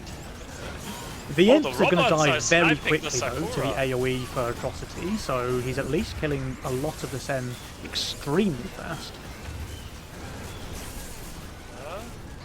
This thing dies. Still a decent-sized leak here. The Pulverizer Halo is so strong. Yeah, I mean, he's just holding. He's just holding comfortably. This is crazy. But the Roberts aren't it, man. No, the Roberts was a bit of a questionable send there from Adams. Like, you just kind of need some spam to slow down that Halo. Yeah. Or to tank the Violet spells as well. Like, I feel DTs are just straight up better than Roberts in this situation. Yeah, I think so too. And now Atrocity and In the Hole can just pick their wave, and Aviator and Adams are panicking. They are going to Income King here, but the send isn't here.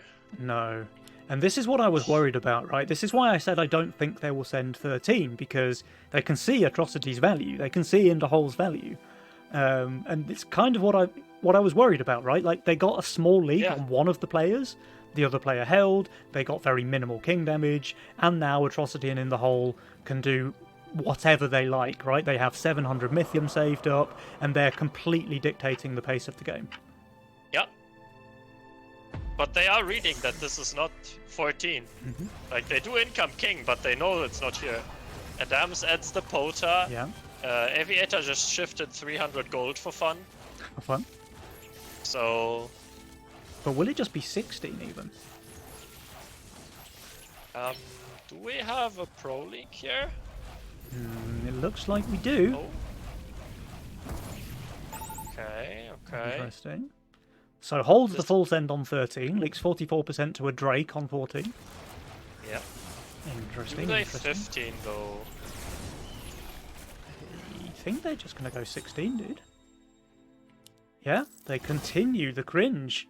I mean, look, I'm not surprised. If there was a team that I would expect to go for a bit of overbuild and starve, Atrocity and Inderhole would definitely have my money. But Mr. Inderhole is currently going for the underbuild and cringe. Yeah.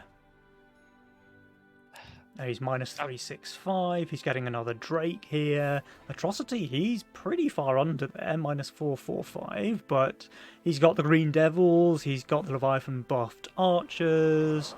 And Damiator, they're really feeling the pressure. Well, so what's happening here is that Inderhole and Atrocity are generating like more value with this save than Damiator are. But like going on 16 also means that this will never end the game. Yeah, it's very, very hard to kill a full HP king on 16. It is possible, it's just very, very hard. But it's a 100% king with full spell. Yeah. Aviator is already on 4k value for wave 15. There's a leak here which gives more gold to a Damiator as well. Yeah, he would have really liked to get one more tick and kill that giant quad, Yes. right? Yeah. This league is kinda okay for both sides. Yeah.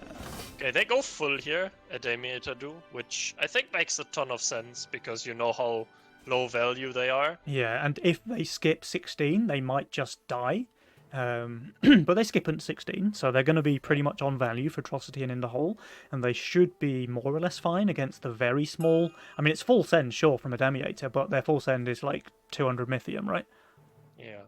But here's a big blunder by Adams. Like, he's playing Chaos and he's getting a big send on 16. The Oh, he obvious play didn't was roll to roll Honeyflower. Yeah. Flower or Pyro, and he didn't do either. Yeah, what an So idiot. he's- Yeah, pretty bad player, I think.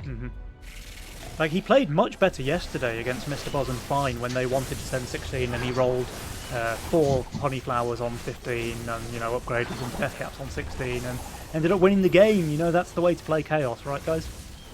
Yep. Alright, yeah. let's see. Aviator has a bunch of Kingpin value, so he's just gonna leak pretty badly Yeah, here. he really Adamus is. is doing, like, super well. He He's is, but the leaking leak 2 is still going to be creeps. massive, and there's a bunch of high damage ranged mercs there. So 151% Yeah. for Adams, 150 for Aviator. Now, a lot of this is like Imps and Roberts, so all of that Yeah. just dies in the first spell, right? And that will Yeah. kind of limit the amount of king damage, but it's still going to be massive here. Yeah. But what's a bit worrying is that even though Inderhole had like highest workers the entire time, he's still 50 income behind Aviator.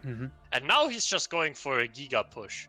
I Yeah. just wonder what I mean, they have to go 18, right? I mean, you can't 18 into Adams, but you have to go 18 into Aviator, right? Yeah, well, Adams Or is also is kind of it- out of the game, so I think you probably want to play into Aviator's weak waves.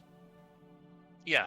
I mean, that's what you want to do, but is it correct that Inderhole is just pushed to 74 workers? I'm not sure about that one, but maybe he's just thinking I'm so strong on 18 that I can afford to do that. And meanwhile, Maybe. Atrocity, he pushed, he's got 700 gold left over. He's actually spending some of it, so he's showing nearly all of his value, actually, showing that he's overvalued. And I wouldn't be surprised to see a skip here, to be honest. Oh, he's plus 100 value while having 5 pack rats hunted? Yeah. That's crazy. Inderhole keeps pushing, by the way. Oh, he's basically Push full one Sui at more. this point. Yeah, he loves to do Oh, this. they're going 19. This is Yeah. a 19 play. So Atrocity shows his value, guaranteeing that Adams and Aviator won't go for an 18 play, while Inderhole effectively full Suis. In fact, he continues to push he now. Does, he does. He's And- suing into... And he has to. Like, that's the correct play because Aviator is the strong player on Yeah. the side of Adamiator, and he's strong on 19. So if Inderhole wants to break him on 19, he has to push really hard, and that's exactly what he's doing. So I really like this play, actually, from the Chaos Twins, right? Because Oh yeah. not only are they choosing the correct like push wave send order, but the fact that Atrocity showed his value on 17 just means that they're not going to get undercut here on 18. There's no surprises coming. Yeah. Yeah, this is really well played, and Inderhole is really good at making these plays, which is why like sometimes people even think he's stream sniping or something. Yeah. Because he makes these calls all the time in the mid game as well. Sometimes he's wrong, but most of the time he's just right. Yeah, he makes very good reads of the game state, I have to say. And you see it on the ladder, right? Like, he's consistently hovering in the top 10. Was pretty much all of last season, has been pretty much all of this season. And yeah, here come the sends. So we do get full sends from all 4 players. The send coming Aviator out is from counter Interhole, of swing. course, will be bigger. But Aviator's pushed quite a lot as well. In fact, he still is pushing. He's He must have counter-swinging. spotted the Sui there from Interhole. Yeah, he spotted the suicide and knows, okay, I can't hold. Mhm. I'm just gonna push in hopes of leaking a Atrocity. But Yeah. of course, his Sui is so much later, and it's Yeah. into flying trinities with Yeah, hard with golems. hardened mudmen and golems. Yeah, this is massively in favour of the Chaos Twins. Like, we'll have to Is see. he not sending a Shaman? Does he get Shaman? He doesn't get Shaman. He can't send a Shaman.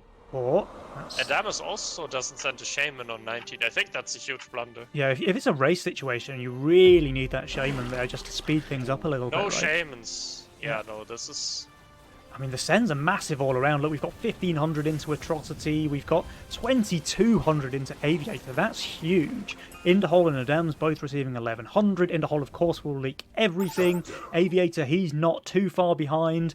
But Atrocity, Atrocity. I mean, he Hey, does leak as Atrocity, well. he can't Aviator do leaks it. 200. Adams, Oh. though... Can he hold long enough? Oh, he held a long time, but will it be enough? There's a massive King HP gap, 90% on the Chaos Twins, but their leak reaches the King way faster here. They're dropping down very quickly. Is it ever enough? No, it looks like the Chaos Twins take this by the skin of their teeth here on wave 19. That was a nail biter, Burnt. Jesus. I mean, they pulled it out of their bags, but I have to say, like, why no Shaman? Why no Shaman? Yeah, that could have been the difference maker. Honestly, like, one of these siege rams into Atrocity as a Shaman instead, they might just win there on 19.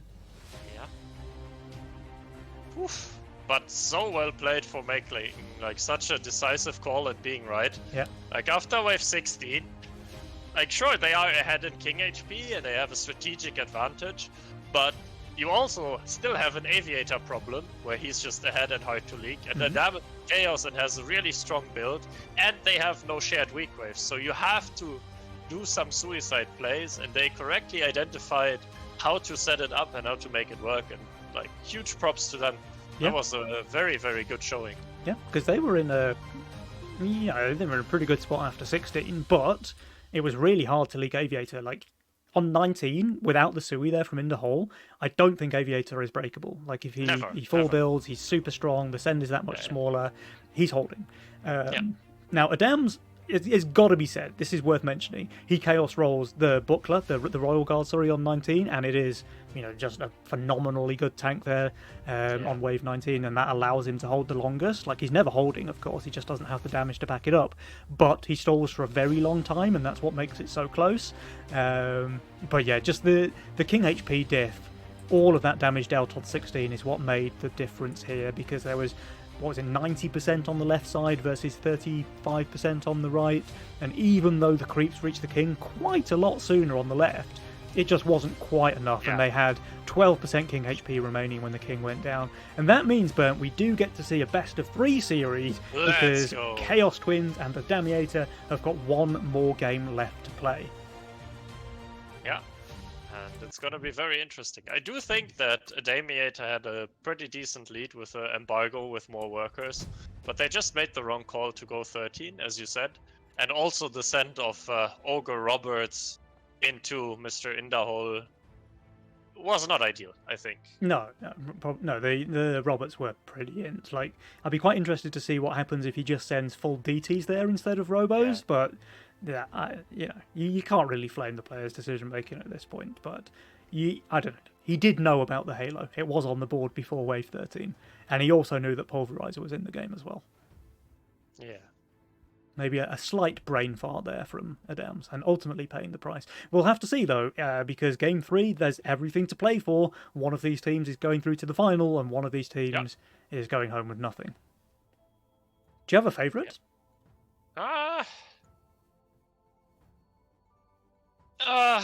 Well, Atrocity and Inderhole, they did not pick Chaos so far in this. So they still have Chaos open, and Adams, as we all know, the only thing he plays is Chaos, right? So, and he can't pick it. So this is an advantage for Atrocity and Inderhole, of course. Adams, I think he still has Chaos open. I think their first series was Greed Redraw. Right, they lost. No, they just lost. He was playing it now, but they lost. Yeah. So yeah, he still has it open, and well, both Atrocity and Inderhole are known Chaos abusers, right? So yeah, any one of those players could pick it up. Both of them, we could see triple Chaos. Yeah, we could, and so this is good for Atrocity and Inderhole. And I didn't see like the early game in this game. I felt like Adams and Aviator had a decent lead in the mid-game spot, and had kind of what they wanted, where Aviator is like being chilling and ahead and can play from ahead. If they can make this work, like happen again, I think they will not lose from such a mid-game position again. I think they'll pull it out this time. But yeah, let's see. I think it's kind of 50-50. Well, it is everything to play for, and there is that double Chaos as expected. Here we go, guys. It's game number 3. Yeah, and he is opening with the Scallywag. Wow. I mean, that is just incredible as far as Chaos openers go, right? Because obviously Spectral Scallywag is a fantastic like early game power spike. When you get it out on wave 3, you're pretty much unleakable before 9, barring, you know, like ridiculous amounts of Mythium. But also, if he just wants to use them as Grolls, he can use them as Grolls, which is very, very strong in Chaos. So really good options there for Inderhole. Adams, meanwhile, he's just going for the Windhawk opener, hoping for no snails here in game 3. Aviator's going for Cartel. Now, Aviator, obviously a very strong Cartel player, going with Nightmare Oathbreaker as well. Interesting choice. I would maybe have been tempted actually to take the Archer and the Oathbreaker over Nightmare here. Yeah. With no, like, aura for him that benefits the Nightmare? Yeah, like there's no Vampire, there's no Butcher, you know. I mean, Nightmare Oathbreaker is still amazing, but he's looking really rough on, you know, Pierce waves, like wave 11, wave 12, whereas I just think that the Archer does better on those waves. Yeah. What I do want to mention is that Inderhole adding a tier 1 on wave 1, because he's, like, scared of a snail. But it's also, in my opinion, one of the best tier 1s you can roll with the Scallywag, because you're weak on wave 5, but now you can have the Atom on wave 5 and you're just completely fine. Yep. So Scallywag on 5, if you have anything to tank the boss, is just an amazing unit, because it does really well when it tanks lots of small hits, and much less well when it tanks like individual big hits, which is what the Scorpion does. So you have like your Atom here to tank the boss, you have your Scallywag tanking all of the small creeps, and it just performs amazingly well.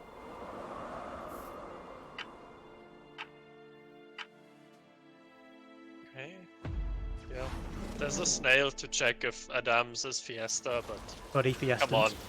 Come on, Atrocity. I mean, Atrocity had it in income, so it's not a big risk he's taking. Yeah. Just, like, casually checking on the 1 in a million off chance he's not picked Chaos. You know, haha, hehe. He did. Look, he's Fiesta, hehe. Oh no, never mind. Got him. Yeah. Oh, didn't roll a perfect unit for wave 3, but he's just gonna stay 5 workers anyway, so it's all fine. Yeah, and actually he did roll the perfect unit for wave 4 instead, which was maybe the next time he was actually looking weak. Oh, he had to sell the Proton. Oh, that's unlucky. That is unlucky. Yeah, and that's because Adams actually went for a King up on 2 instead of a Snail, right? So. Yeah. Well. Oh, Alright, needed 60 quite a bit cent of here gold. for Atrocity, but he has that little thing called Value, so he should be performing just absolutely fine here on Wave 3.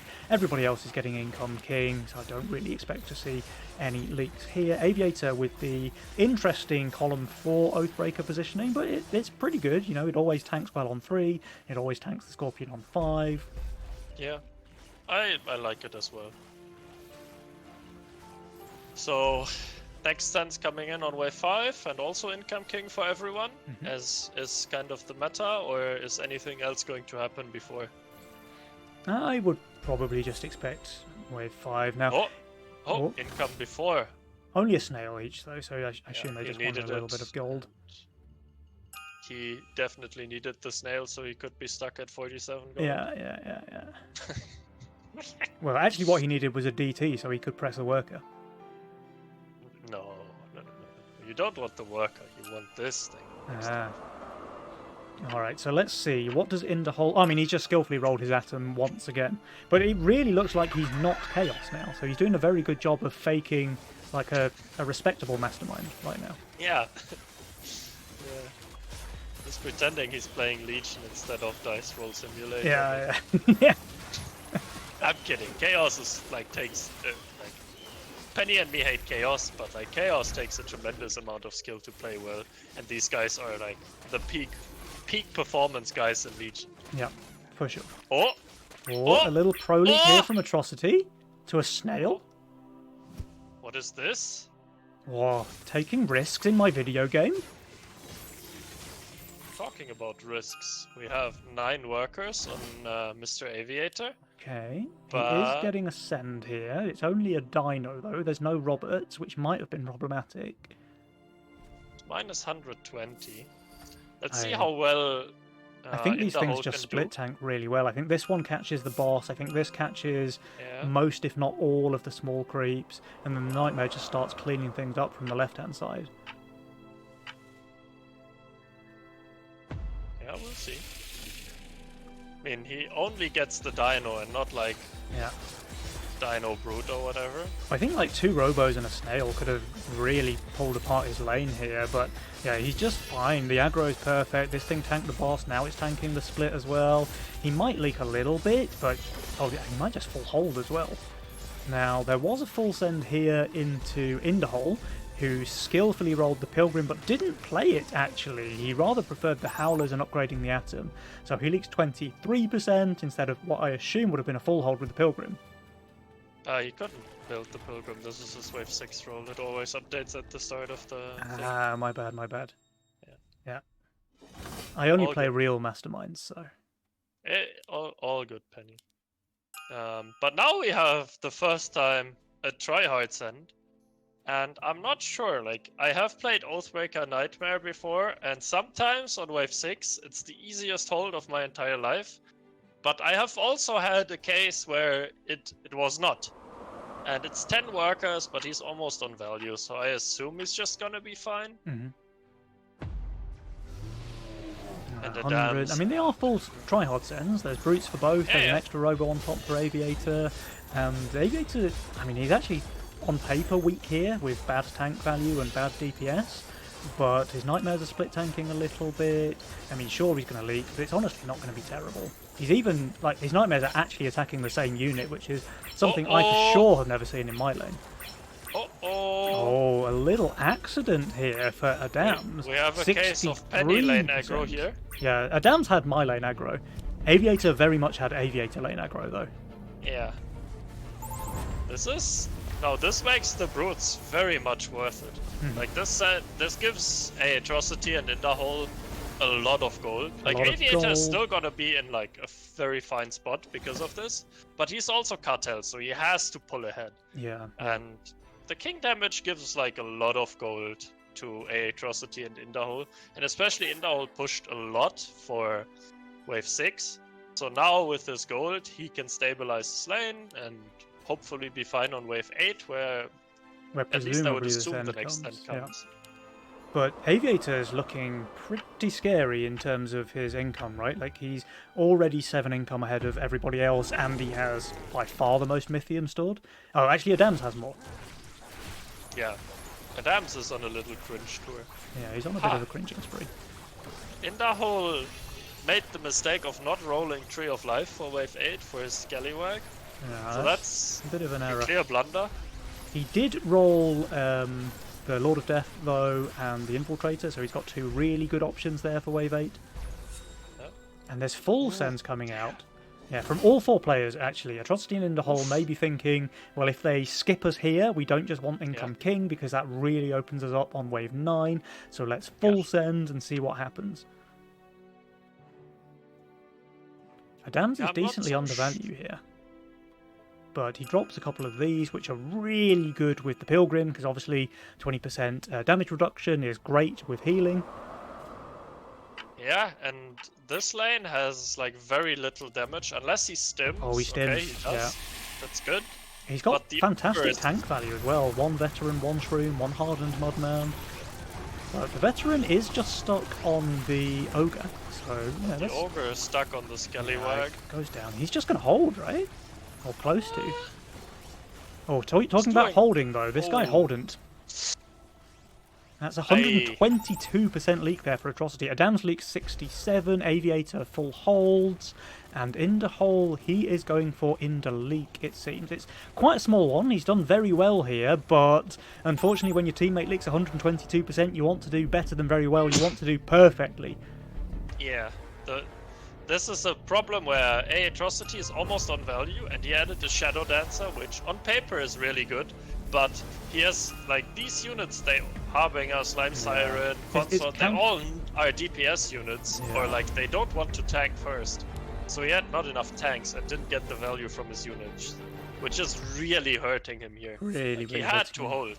It's kind of counter synergy, right? Like you're saying, all 3 of these units just want time. They want time to get the full value, to get the most summons, to get full mana, to make the most clones. And he just doesn't have any units that give his other units that time that they desperately need. Yeah. And this is now the problem with the quote-unquote current meta or whatever. Aviator had already had a good game. He got a good push for wave 7, and he could send huge on wave 8, where Atrocity was weak, and now, due to the bird change, he's just completely snowballed out of the game, and there's no way he will ever leak this game. He's on 18 workers, he's on the... Well, he's actually not on the most income, because Indahol and Atrocity both went for Income King here, but he has 200 plus Mythium stored, and they're really posing a one-shot risk against the Chaos Twins, who only have 60% HP left on the King. Yeah, I mean, they just go here and probably get a leak. Now, Not sure, Indahol, for some reason, didn't roll Berserker here for a Wave 10 send. He's actually not necessarily building against Wave 10. He's going for an Infiltrator. Now, it is a good tank here on 10, and he does already have a Halo, but the send is pretty big coming out from Adams. And meanwhile, Atrocity, he's on turbo value there, 1500. He does have the Dread Knight, but it's not the best unit, Wave 10, so we'll have to see. Yep. Let's see. I mean, maybe Aviator can feed his shutdown here for fun as well, and maybe the Dread Knight of Atrocity can just turbo carry. Let's keep eyes on that Dread Knight if we can, because that needs to stay healthy for as long as possible. The Slime Mummy, I think it did just get full mana. It did, so that's a bunch of extra tank value, and it looks like he's going to kill the boss at least. He does. Okay, that's... Oh, he's just going to full hold. Wow. They both full hold. Like, this is very good for them, of course, but still look at the workers and the income. Like, they had to income send to do this, and Adams and Aviator don't mind this. Aviator has 23 workers. He's, like, ahead in... Well, not ahead in income, but, like, equal in income, despite just taking the cartel penalty. Ooh, Indahol with a cheeky all-out assault. Oh, is he going to resend here, full? Yeah, I think that's a good play. It's what does he probably get? something So that he you have probably to reaches about 200 Mythium, so maybe a Witch? Maybe a Witch, yeah. He might just 12 with it, though, you know? Like, he's gone for the Fiend here to make Aviator feel, you know, a false sense of security, and then he just goes for a massive send. No, there's the Witch, okay. Well, let's see what happens. So 260 send into Aviator here. The Fiend is tanking all of the impact units for quite some time. Yeah. I mean, then- it's gonna be a leak. Like, we don't have to talk about this. It's just a question: how big much? is this leak? Yeah. And One Nightmare does go down pretty quickly. Canopy tanking now, but this is a decently sized leak. Okay, he does just kill that Quill on the left there. I don't think this is 59% leak. Not terrible, but it is a shot down. yeah, but this is not worth it because now look at Aviator's Mythium. Look at his workers. Yeah. He also knows that this was all-out assault, so he's like, okay, well, great, you've just like taken a 20 income penalty to make me leak this big. Now we have like all the pressure. Oh yeah, it's a full resend. A full resend, okay. They are panicking. Yeah. And Atrocity is just going for Income King, it looks like. Let's see, will Aviator overbuild here? Will he sniff the full resend coming out? I mean, we say full resend, but it's, you know, it's 180 Mythium. Yeah, I think it's gonna be like 200, maybe 220. But he does get the doppel. He's Yeah. on. He is He's on essentially value. on value. He had to sell an Oathbreaker with his pawn shop, so it's not that bad. Yeah. Adams is minus quite a bit, so he might leak here. Yeah, but he against only the gets income. income. I feel like Atrocity should have gone for a full send here as well, right? Like, Adams is not Yeah. exactly looking strong here on 12. I mean, if you go for a send here with like full, you should go full on both players. Yeah. And there's Atrocity's question mark. He's starting to doubt himself, wishing he'd gone for a full send. Yep. But yeah, I mean, Aviator just holds against the full send, so... And this is just a pro league out of Adams now. And here comes the mega sends now from Adams and Aviator. We have a Needler there. We have a perfect pro leak against the income from Adams, leaking just one creep and a Drake, which Aviator full covers. And these sends are huge burnt. We've got the Needler with some DTs to tank the Halo and the Infiltrator shots. And then against Atrocity, we have Pack Imps and a Four Eyes for good measure. Although Four Eyes, I think, is pretty bad against Dread Knight, honestly. Yeah, I don't know. I think it's just a case of kill his tanks, send damage, so the DK can't pop off too much. I don't hate it. I don't think it's perfect, but yeah. I think it's fine. Like, it's Mythium, it's a large amount. Atrocity is minus a gazillion. Should be fine. Let's see, 740 for Atrocity, 580 for In the Hole. It looks like maybe they didn't expect this because there were no income sends, there were no king upgrades. They do have full attack though, I think, so. But it looks like that Dread Knight is actually the last unit alive. It's just never going to be enough. And he's having a big issue with AoE on wave 13.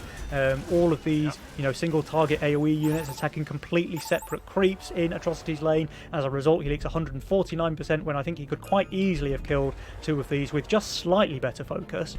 I mean, they might just be dead here. This is a ton of damage. I think this is game. What? What? It's going to be enough. It is game. Yeah, GG. Yeet. That's unfortunate. That's very unfortunate. Maybe if they'd...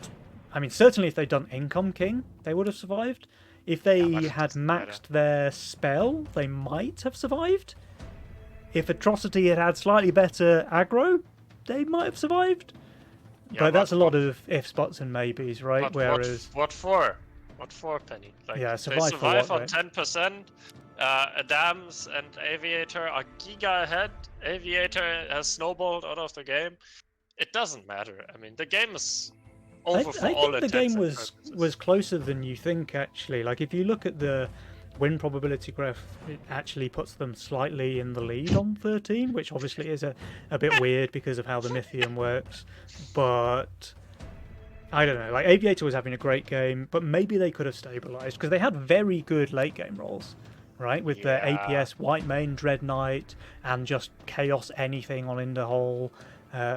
Where Aviator was definitely going to fall off, so he was the stronger player there on a Damiator, but his role basically peaks on wave 15, 16, and then doesn't really have great waves after that. 17, I suppose, with the Boar. So it really comes down to like who rolls the best Chaos units, But Atrocity, he had a phenomenal late game. So I don't know. I think it's not as one-sided as you might think if they survived there on 13. I think it's just too much gold difference. But I don't know. Maybe I'm wrong. Yeah, it might just come down to this wave 12, honestly. Like the full send with Aviator full holding was painful. Adam's leaking tiny to the Income King was horrendous. And then, yeah, like Atrocity's aggro was just absolutely pitiful there. Like it's my lane diff, you know.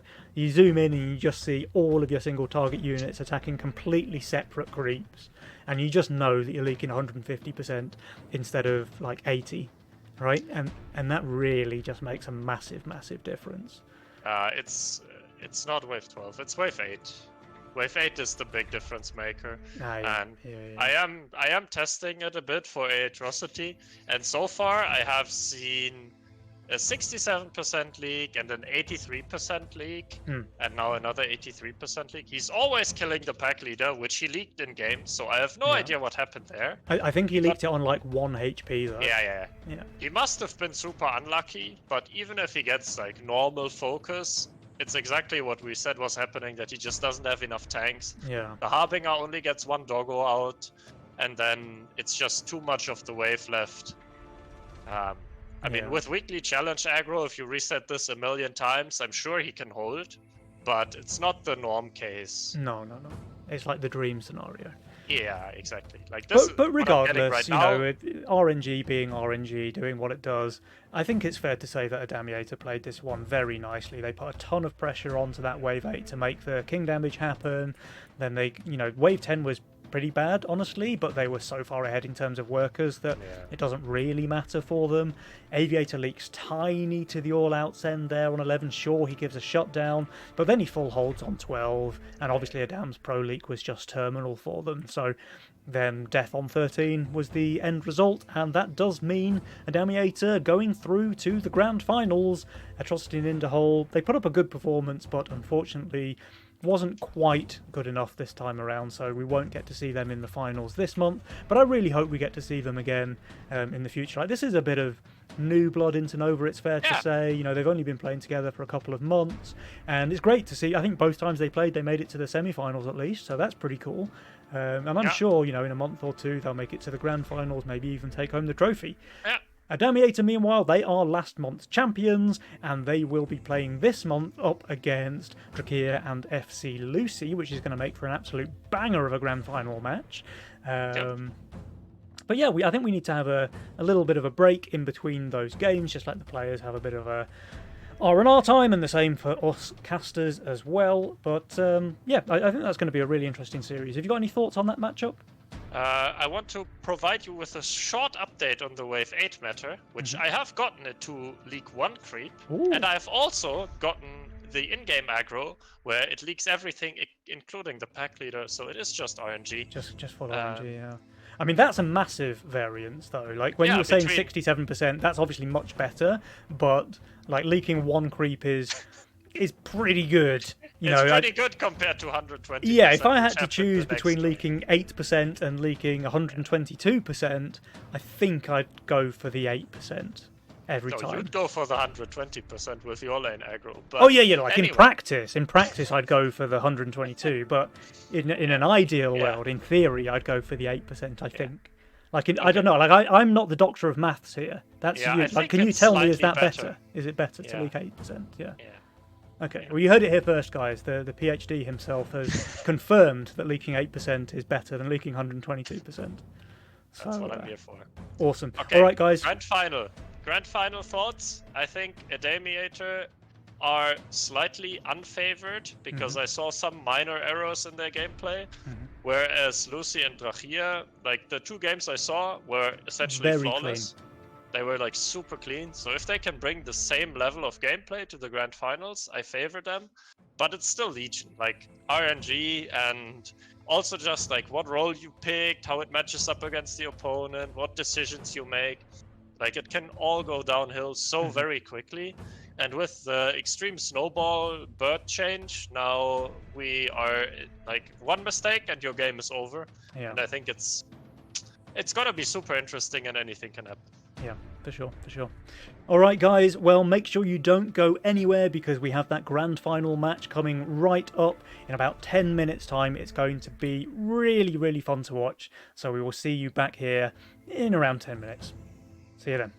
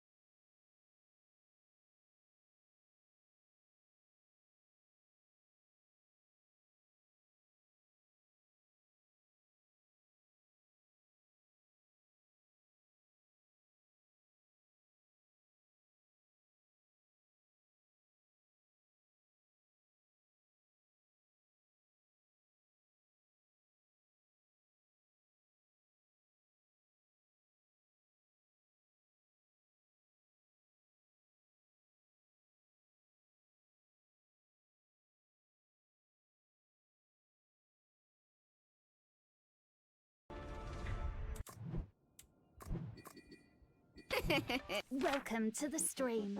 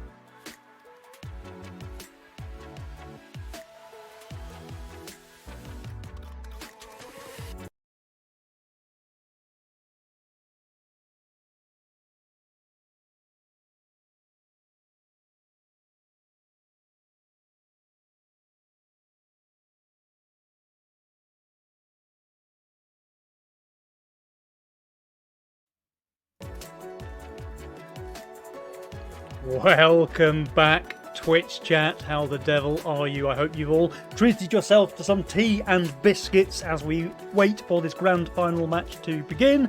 It is, of course, Adamiator versus Barnes Kieran, Adams and Aviator versus Drakir and FC Lucy. Clap, clap, clap, clap, clap. Now, this is last month's champions versus, I believe it's the same team that they fought last month as well, right? They beat Drakir and Lucy, or was it King and Winner that time around? I was busy skiing, so I didn't watch. And unfortunately for me, it happened more than 2 minutes ago, so there's obviously absolutely no way that I could possibly remember. No, it was 3-0 against Abrasiert, at least according to the results in the Discord. Okay, well then I guess they were playing against Abrasiert rather than Drakir and Lucy. But Probably that's what happened. But they've certainly played this matchup in Nova Cups before. Yes. And I think the past time this happened in a grand final was when Drakir and Lucy took the cup home, denying Adamiator of their win maybe in January or perhaps November, I can't remember. At some point. At some point in the past, this probably happened, and if it didn't, then, you know, well, maybe. Let's just pretend it happened. But a bit of a grudge match, it's fair to say, nonetheless. Now, judging, like, you know, what you said before the break there, you're thinking Drakir and Lucy have the edge because their play has been cleaner so far today. And I think I'd agree with that. I think there were some notable mistakes there from Adams and Aviator in the past game and a half that we saw on the stream. They still managed to beat some very strong opponents there in Atrocity and Interhole, so, you know, they're certainly playing well. When we say mistakes, we mean very minor errors of judgment or positioning or something like this that makes a small difference. But, you know, nevertheless, not quite as crisp as Drakir and Lucy's play. So, be interesting to see if that continues here into the grand final, or if they are able to bring their A game here, because they're going to need to. If they want to win here against Drakir and Lucy, if they want to win back-to-back Nova Cups, February and March champions, Adamiator are going to have to play very, very well here today. But they can. They're certainly capable of doing so. I don't know, it's kind of hard to call either way. I'd maybe give 5% edge, 10% edge, if I'm being really... probably 5. I think 10% is too much to Drakir and Lucy, but... Yeah. I also want to touch on the thing that you said with mistakes. Like, when you're playing the game, you have limited amount of information. So whatever decision you make is like based on what you think the opponent is going to do. And then you put like a percentage in your mind and like how all these things like turn out. So it's a mistake from our point of view where we have full information. Yeah. But obviously they don't. So even though we say this was a mistake in this very like concrete situation, specific game it can just be a misread or even just a lost coin flip. Exactly. So yeah, but we will continue saying mistakes because that's who we are, and we like to. We are touchable as the casters, you know. I mean, who the hell are we, right? We're a clown and a frog. I mean, considering that, we're doing a pretty decent job. Yeah. All right, we have got all 4 players in the lobby. Yeah, that's good. That's a good start. And we should be able to get this finals underway Penny. pretty. I mean, look, I can barely see, and even if I could, I've got this massive like pop filter in front of my keyboard, so I'm kind of reaching around that to try and tap on the keys. Can you maybe go a bit easy on my typos in the lobby chat, please? We're not all doctors, okay? Okay. All right, Twitch chat, here we go. March Nova Cup Grand Finals, game number 1. Adamiator on the left, Barnes Kieran on the right. Let's go. Let's go. Oh, a Castle Megamind. And a YOLO. So really going for the risky options here in the first series, Drakir and FC Lucy. Lucy has a really good role, though. A really good role, I think. And Drakir, I mean, it's one of those really good YOLO rolls. Like, it's not the best roll I've ever seen in my life, but for YOLO, it's certainly very, very strong. It's more than playable. It's playable, but his last YOLO roll was much better. This time he doesn't have any arcane units. His early game is a bit rough. He has to stay 4 workers. He has to add an infiltrator. He's weak on 4. He's weak on 7. He will have to reroll very early. He's rerolled already. I think he must be digging through his units as we speak. So we'll have to see if he finds anything better. If he does, he might just sell this and build something else. Yeah, exactly. That's why he's doing it. So he's not happy with his role. Adam's Chaos opening with the Growl. Units. Yeah. He's happy. Aviator, I don't know if he's happy. I think he is, because this is an Aviator role. Oh, that's a juicer, actually. Lucy is probably happy with her flower as well, but I think Drahir, I don't know if he hasn't swapped any units or if he's still re-rolling. Yeah, he Like- might still be looking, and the fact that it's taken him so long, if he is still re-rolling, it either means he found nothing and had to keep his original roll, or it means there's nothing like great in the re-roll, and he's taking a really long time to think about it. Okay, he has like re-rolled the Infiltrator and the Pilgrim for Howler and Work, Okay. and LOD for his Avenger. Yeah. So he's still very weak on 7 and 8. Hmm. Well, not 8 necessarily, but 7 is going to be an issue, and he still has to stay 4 workers. So now we have to see, like, in this meta and like current game state where people don't really have weak waves, he has very clear weak waves. Let's see if he can make it work to play Yeah. around those without falling too far behind and without leaking 200%. I have to say though, I kind of like their decision here to go for quote unquote risky masterminds in the first series of the best of 5, because there's not really a downside, right? If they win, then they've taken 2 very risky masterminds out of their pool. They still have all of their best masterminds available for the rest of the series. And if they lose, well, it's, you know, it's game number 1. It doesn't really matter. They still have plenty of time to come back. Yeah, I think if you're going for something very risky that might give you an auto loss, like YOLO, for example, can give you an auto loss if you're very unlucky, then you should do it like probably in the first game or when you're up 1-0, but not when you're like with your back to the wall, because like you're going to play more scared, like no matter who you are. Yeah. But maybe also what they're thinking is that they can just tank Adams and Aviator's best masterminds, right? And Adams has taken his best here. He has picked Chaos. Aviator isn't playing Cartel, which is what I would think of as his best mastermind. But they, you know, there's not... Either they win, which is amazing with their risky masterminds, or they lose and Adams doesn't have Chaos anymore. Yeah. A 6 workers. 39% leak to a It does- DT from Drakir. Looks like he's playing more towards the side of taking Adams' Chaos out of the pool. Yeah. I just want to ask you one thing, Benito. Mhm. How bad do you have to be to leak to a DT on 3? On 3, on 3, on 3, indeed. Yeah.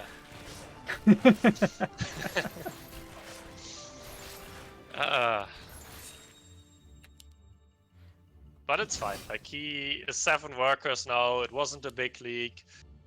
Adams is saving his Mythium because he doesn't want to send into the amazing Howler passive on wave 4, which makes sense. But Drahir is also strong on wave number 5. Wave 6 might be an issue, but I don't know that Adams has the power to save that long.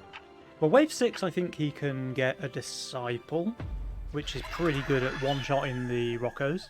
Wave 7, though, is looking very, very rough for Drakir. And if Adams wants to go full cringe, send him big on 7, he doesn't really have any answers there.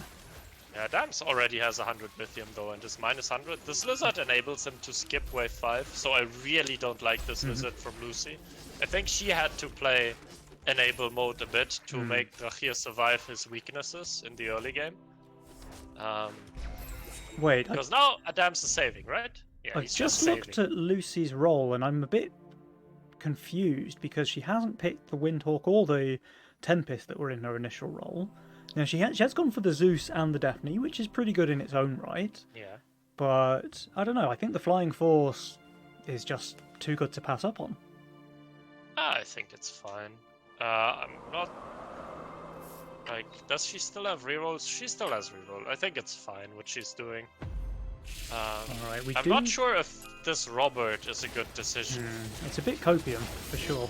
Now, Aviator, he's not on great value there, 410, but he has got 2 Gate Guards and solid tank value. This one does Not get summon. not summon. I don't know. It was very close to No, it to did, full mana, but it but- didn't quite get the summon off. And yeah, he is going to leak fairly decently actually as a result. This one will get another summon though, right? Yeah, but like this is exactly what I said. You Yep. gave them Lucy gave Adams the possibility to skip. Drahir is super strong on 5, Yep. so he's gonna get skipped on. He's already being cringed, Yeah. and now he has a lot of trouble on wave 6. Sure, Lucy is They strong on might 6. just go 7. They might just Yeah. go for like 260 Mythium Sends Yeah. on 7. That's also possible, and you can't defend it. Yeah, They There's save. the cringe. Okay, but I like this choice here from Drakir and Lucy, though. So they are Yeah, going if- for full yeah. sends. They're thinking, okay, maybe they try and cringe us again. In which case, let's go for the undercut. yeah. I understand what you're saying, and it's the correct choice to make, but I'm not sure this works. I mean, Adams is and- going to leak huge, right? Like, it's going to be massive. Yeah. He's turbo undervalued. Aviator, I mean, he's going to do better with this double gate guard, but he's getting a double Robert as well. I mean, he does have a very nice dog tamer build. I He does to have a say. very nice dog tamer build. But the Roberts are chewing through those howlers, and Adams is going to leak everything here in lane 1. He killed 2 Roccos. Maybe he gets a 3rd? No, not quite. That's an 84% leak there for Adams. And like we said, Aviator, he's doing a bit better, but it's still 51%. And now, cringers get cringed. They're going to take a ton of damage. Sure, the counterattack is going to be huge on wave 7, but they're giving up a ton of gold here towards the side of Barnes Kieran. Yep, and Lucy added the Elite Archer because they read the play. And now she's just gonna have a Trinity and do exceptionally well on wave 7. Yep. And of course, Oh. thanks to Bert, they both just generate a ton of free gold there on Oh, wave what? 6. What? Are you not going Trinity? Is Trinity really not the play? Is it the play to add another Archer? Another I mean, I Archer and understand plus why, tank but- value? Does she just straight I- up have enough gold for the Trinity? She does, right? Yeah, she does. She had 270 something. Maybe she just wants to feed more gold to the Mimic from Aviator. I mean, maybe she's just right and this is better, and I'm a pleb. I don't know. I thought. Well, you are a it's pleb, Trinity. but she could also Yeah. be wrong. We'll find out. Now, Drakir gets a 300 send, that's Ogre, Brute, and a couple of Snails to boot. And Lucy, of course, with the Mimic Brute Robo here in lane 4. We'll have to see if her choice to make the double Archer over the Trinity was the right one. One of them is dying very quickly, the second one is soon to follow. She's going to leak, but not terribly. She is clearing a lot, if not pretty much the entire wave. Yeah. Drakir's doing They are doing similarly super well, well. actually, in lane 3, and all of this comes down to their undercut play there on 6. If they Yeah. didn't get all of that leak gold, they were doomed here on wave 7. Yeah, and this is a case of like overplaying your hand because Aviator and Adams, they had the perfect spot. They had it all like lined up. The only thing they had to do is not die to the resend on wave 6, but Yeah. they both pushed, I think, like one worker of the 5 send, Yeah, and that was just the one worker too much, yeah. and that cost them like It dearly. cost like- them really dearly. And just look at the King HP, right? This was Yeah. 300 Mythium sends on wave 7, and Barnes Kieran have more King HP than Adamiator, who got Yeah. 80 sends on wave 6. Yep. This has backfired badly on the side of Adamiator. They now have a massive uphill battle. If you look at the Jules win chance there up at the top, they are only a 33% chance to win this game just based on the economy situation alone. We'll have to see if they can make that one happen. It's not impossible, but they've got a very hard path to victory now. Yeah, they do. But still, Drahir's role has still very clear weak waves to play for. Lucy does cover some of them, but she has rerolled by now, and she's playing a Trinity Archer build, and her wave 13 is not amazing either. Sure, Drahir isn't super weak there, but like there's still stuff to play for in the mid game. Oh, for sure. Alright, everybody is holding their Mythium here on wave 9, but that in itself is just in favour of Barnes Kieran. We have 180 for both Lucy and Drakir.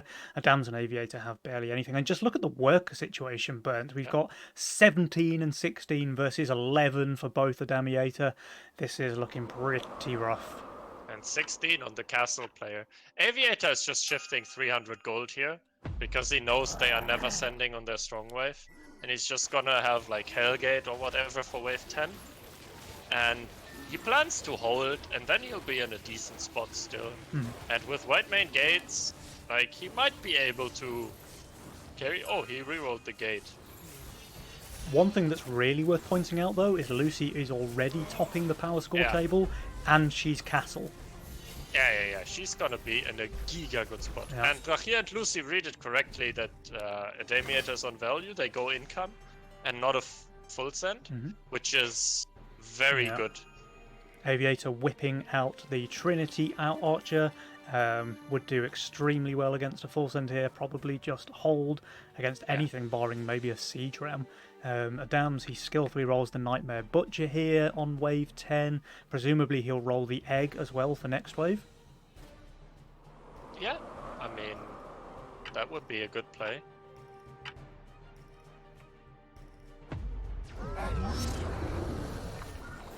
He only rolled Gate. That's unfortunate for him. Alright, so income from all 4 players, but you can see that income sends from Drachir and Lucy are so much bigger because they have way more workers here. Oh yeah, for sure. But we also had income sends on wave 8 from a Damiator, so this also skews the balance a bit. I wonder what spells are going to... Well, I mean... It's for sure Sorcerer on both Aviator and Lucy, right? Yeah, Snap Pick there from Lucy. Snap Pick from Aviator as well. Things are a bit more murky for Drachir and Adams. Maybe they want to go for the offensive with the Robot Army or Pulverizer. No. Adams has a clear Pulverizer. Ah, he does. And Drachir could maybe put Sorcerer on a Starcaller, but it's nowhere near the power level of a Sorcerer Trinity Archer, right?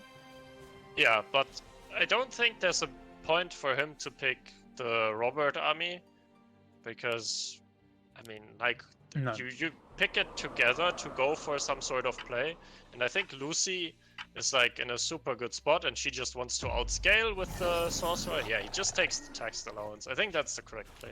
Okay, fair enough. Double regen on their side to make the king a bit stronger. I think that's fine. It gives a bit away that you're not going for any aggressive plays, quote unquote. But yeah, I mean, it's going to be given away by the fact that there are no Roberts here anyway. Yeah, exactly. So exactly. It's totally worth it. Now, it's interesting to say that Drachir's role is actually looking very playable for the mid to late game. He does have obvious weaknesses on magic waves, especially 14, but he can just have value there. You know, he has no arcane tanks, but Starcaller Disciple Circle can do well. There it is. Oh, the egg. The egg. Okay. So knowing that there's no aggressive spell being picked up by Barnes Kieran, Adams skillfully rolls the egg on 12, and he should have more than enough value to hold on 13. I don't think that Barnes Kieran want to send there anyway. Yeah, this could be an Adams egg. Let's keep eyes. I think Pollywog's just not long enough range to int his egg here, right? No. Yeah, I mean, it's just something that... Yeah. It's risky. It's one of those, let's call it a mistake, that we talked about earlier. It could have been a mistake. Anyway, what are we aiming for whatever team? I think a Damiator still want 14. But it's tricky because you kind of don't want to send on Lucy's strong waves. Yeah, because Lucy's just running away with this game right now. She's miles ahead on the power score. She's got a 50 gold shutdown on her head.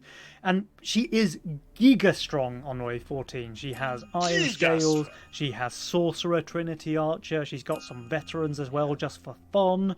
But when is her weak wave? Like, you might say 16 if you look at her tanks. But again, Sorcerer, Trinity Archer, Pyro even, Honeyflower. You know, she's got... When's her weak wave, man? Yeah, I mean... 16, she isn't amazing. 18, she isn't amazing. The tanks are not amazing on 19, I would say, so... She can still leak. I just wonder if this is one of the cases where you have to split send. But I think you just get cringed on and get killed if you do that. So it's probably not worth it. Yeah. But you kinda have to go 5th. Because if you send 14, you just die 15 yourself. Yeah, I mean, you can see that Lucy's on value and 14's her strongest wave, so I just don't think they could afford to send here. It would have been income king if they go here against Lucy and potentially full against Drachir. but then Lucy just doesn't leak anymore. No. So And she's already in such a strong position, so Yeah. if you just take all of the pressure off her like that, then Yeah. things can get very rough very quickly. Yeah, this is just one of these spots where Adamus and Aviator, like, Jules gives them 40% to win or whatever, but if you're in their spot, it feels so hard to play.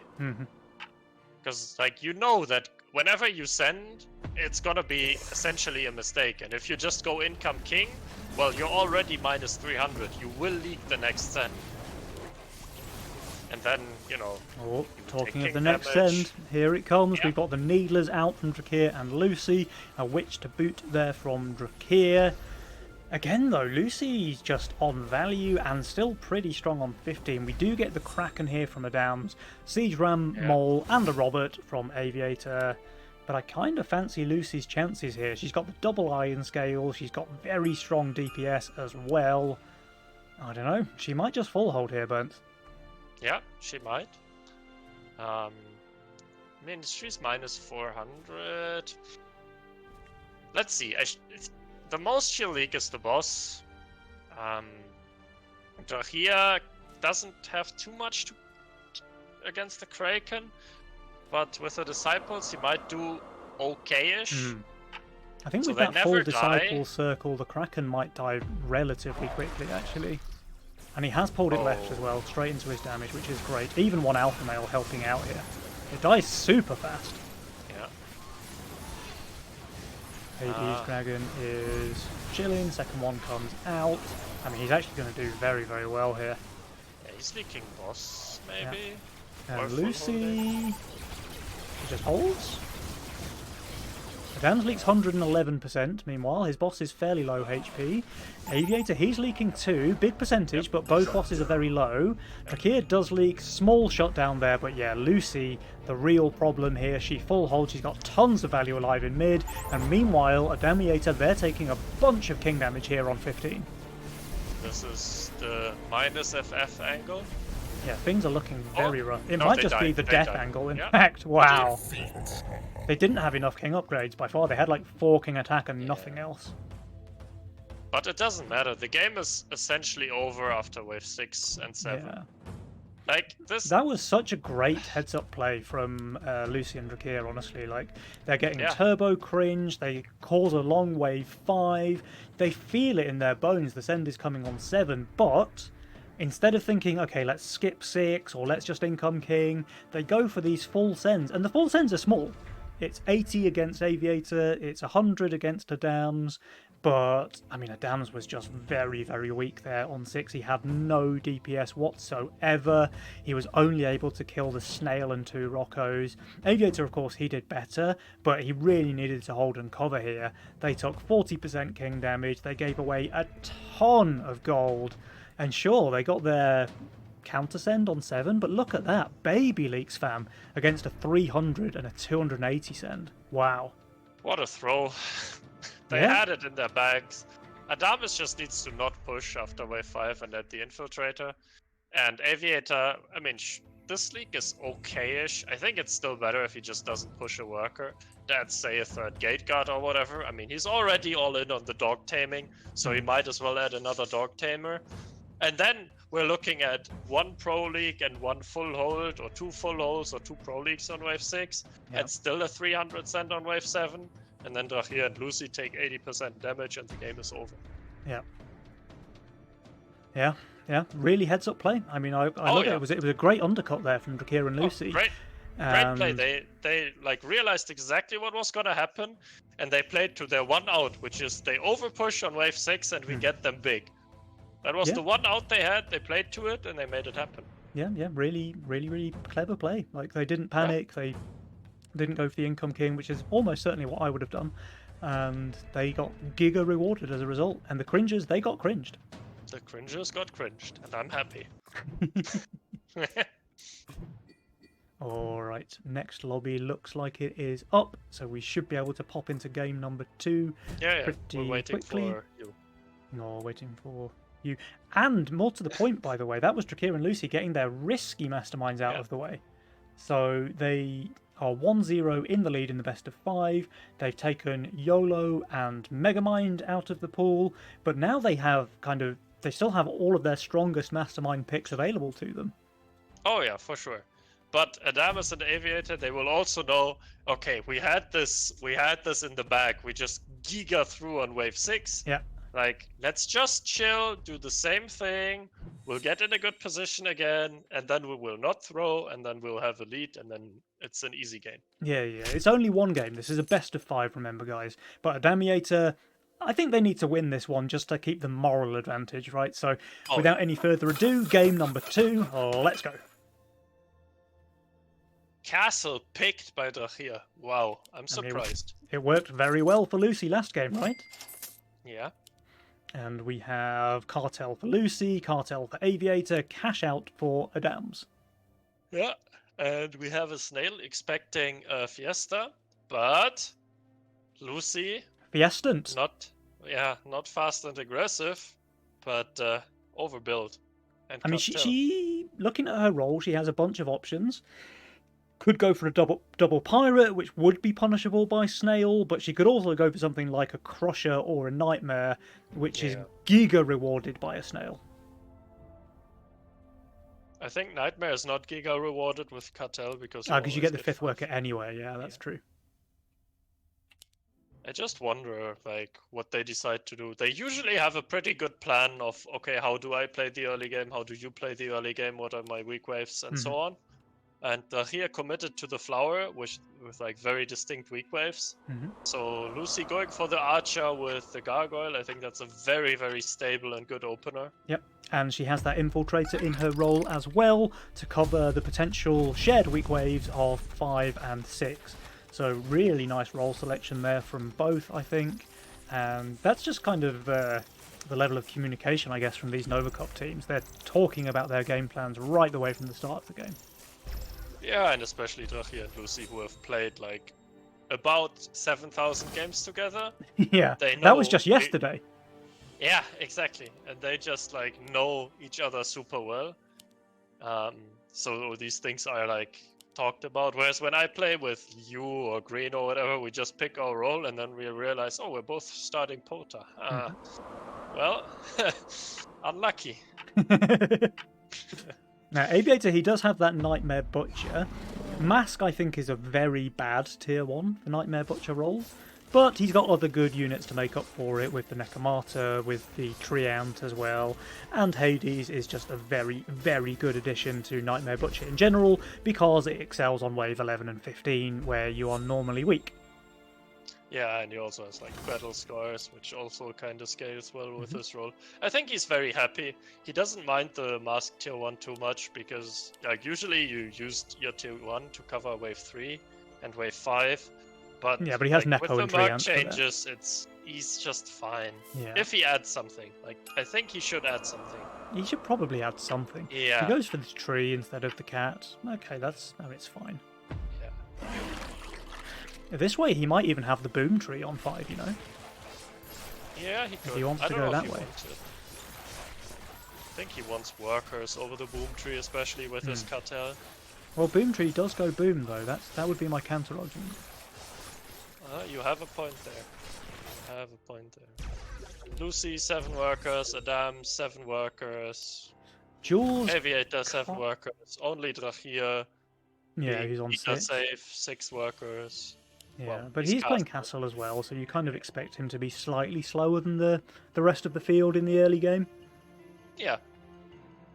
I just wonder if he's gonna be cringed till wave 6 by Adams. But I think Adams kinda wants the Orchid. Ooh, Adams is... he's fine. He's 250 value for wave 4. I mean, he's receiving 2 snails, like, he's gonna be okay. Yeah. Then he doesn't need the Orchid, and he could use this again to skip.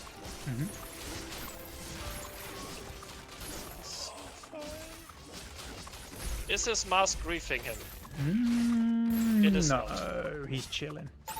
Pro leak there from Adam. It tried. It did try its best. He could also go 5 into the full natural build of Drachia with like imps. He does go for the Hermit. Hermit! I mean, Yeah. there's a flower on the field, you know, I can see it. Yeah, but I think if you go here, it's imps get sniped though, right? No, the wave is No, natural. the imps don't get though. sniped. Yeah, they have more HP. But I think Drakir just goes for the Sky Queen Yeah, here, right? exactly. Like you have to expect the Sky Queen here. So I don't know that I love the Hermit. That's Hermit Robert. I think that's why It's he still did it. quite so a he lot can... of magic damage, right? Yeah. The Oh, he's not consort is focusing getting the one boss? shot there. Oh, no, The he Robert is. tanks it as well. That's perfect. Oh, he's Flower goes down. Boss is still alive. He's leaking massive. He does kill the Scorpion King, so that's something. And 2 creeps if he's feeling spicy, but that's a 69% leak. Very nice for Adams. Yeah. I don't know how well imps do. I guess Adams is right that with the Robert, the Hermit is probably worth it. Adams he leaks brawl 25% leaks. to a DT, which is pretty fine, I think. We've got Yeah. 9 workers on Aviator versus 6 on Drakir. This is getting interesting, but Yeah. I think don't want to that say he is- anything too soon, but Adamiator certainly going the right way for tying the series so far in game number 2. Yeah. And again, Lucy is not protecting Drahir's early game. She incomed on wave 4, caused a long wave when Drahir's weak wave 5 and 6 are both coming up. So this enabled Adams to go for this. If the wave 4 isn't long, he doesn't even have Hermit in income, or even if he does, he can only add a snail. And that's, of course, much, much weaker of a send compared to the Hermit Robber. And this is really interesting as well, because Drakir clearly trying to play around a resend here from Adams, but Adams rescendant, and now Drakir is just overbuilding for fun with 6 workers. Yeah, and he has to stay 6 workers till the send comes. Yep. Especially with this Fiend and this Mask being like ready, so Adams Yeah. can Giga push. Aviator sees, oh, Drahir, no workers, alright, let me push 1 to no send. Oh, that's great play there from Aviator. Yeah, an and just income income send send. it to Lucy because it's Lucy and Yeah. she's on value with strong units. Well, I mean, Aviator, he has a phenomenal carry role in this game, so I think him just playing to scale is absolutely correct. Yeah. And Drahir is like in a completely horrible situation. Yeah, yeah. Like look he at him, has to he's- starve because like this, but he's But he has behind, no workers, so what's he going to do with his 6 workers? Yeah, like he can't send on any of the waves, and like it's really, such a horrible spot to be. It's a really horrible spot, yeah. I kind of like his decision to overbuild a little bit there into wave 6 because he was looking pretty weak, but he's just so hard punished by Adams who didn't go for the resend. Yeah. The one thing that FC Lucia is going for her is that Aviator full send here. Yep. So So she's she's under getting no like pressure? 12 free gold. She has 14 workers now, like comfortably more than double her teammate. Yes. She is full Drahir- sending into Adams though, who has a fully boosted Orchid, able to make quick work of the mole. But she can add Dragon Turtle as well here, right? Yeah. I wonder how well Drahir does to the pack leader double snails, triple snails, and if he leaks this decently, his game is just over and he Yeah, can just FF yeah, and for go sure. next. It's a 220 Mythium send.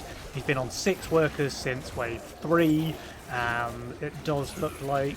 I mean, he's doing quite well. The pack leader goes down quickly. This is only a 6-stack Nekomata, so no healing available. But he's at least killed half of the wave very, very quickly. Let's quickly see how Adams is doing. That's a full hold He's against the good. mole.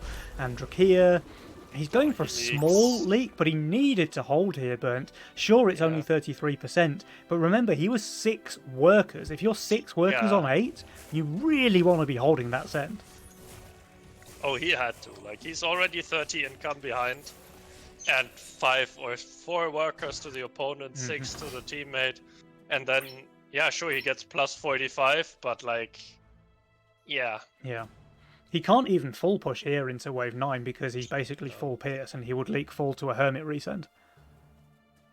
Yeah, and Adams is just incoming now. He knows he has done his job done of his taking job, yeah. Drahir out of the game. putting The one Aviator in a saving carry grace position. is that Drakir has Castle, so he might be able to recover somewhat, but he is Yeah. so far behind. Yeah. There is a full send into Lucy, again, clear blunder. Yeah. The full send into Drakir as well, who is plus 35, so he should just be completely fine. I mean, he's not great on this wave, but value is strong. Lucy, meanwhile... Oh, is she leaking? Did I speak too soon? Is the Robert making her leak? No. Yeah, No, she yeah. maybe leaks very small. There's 3 creeps left.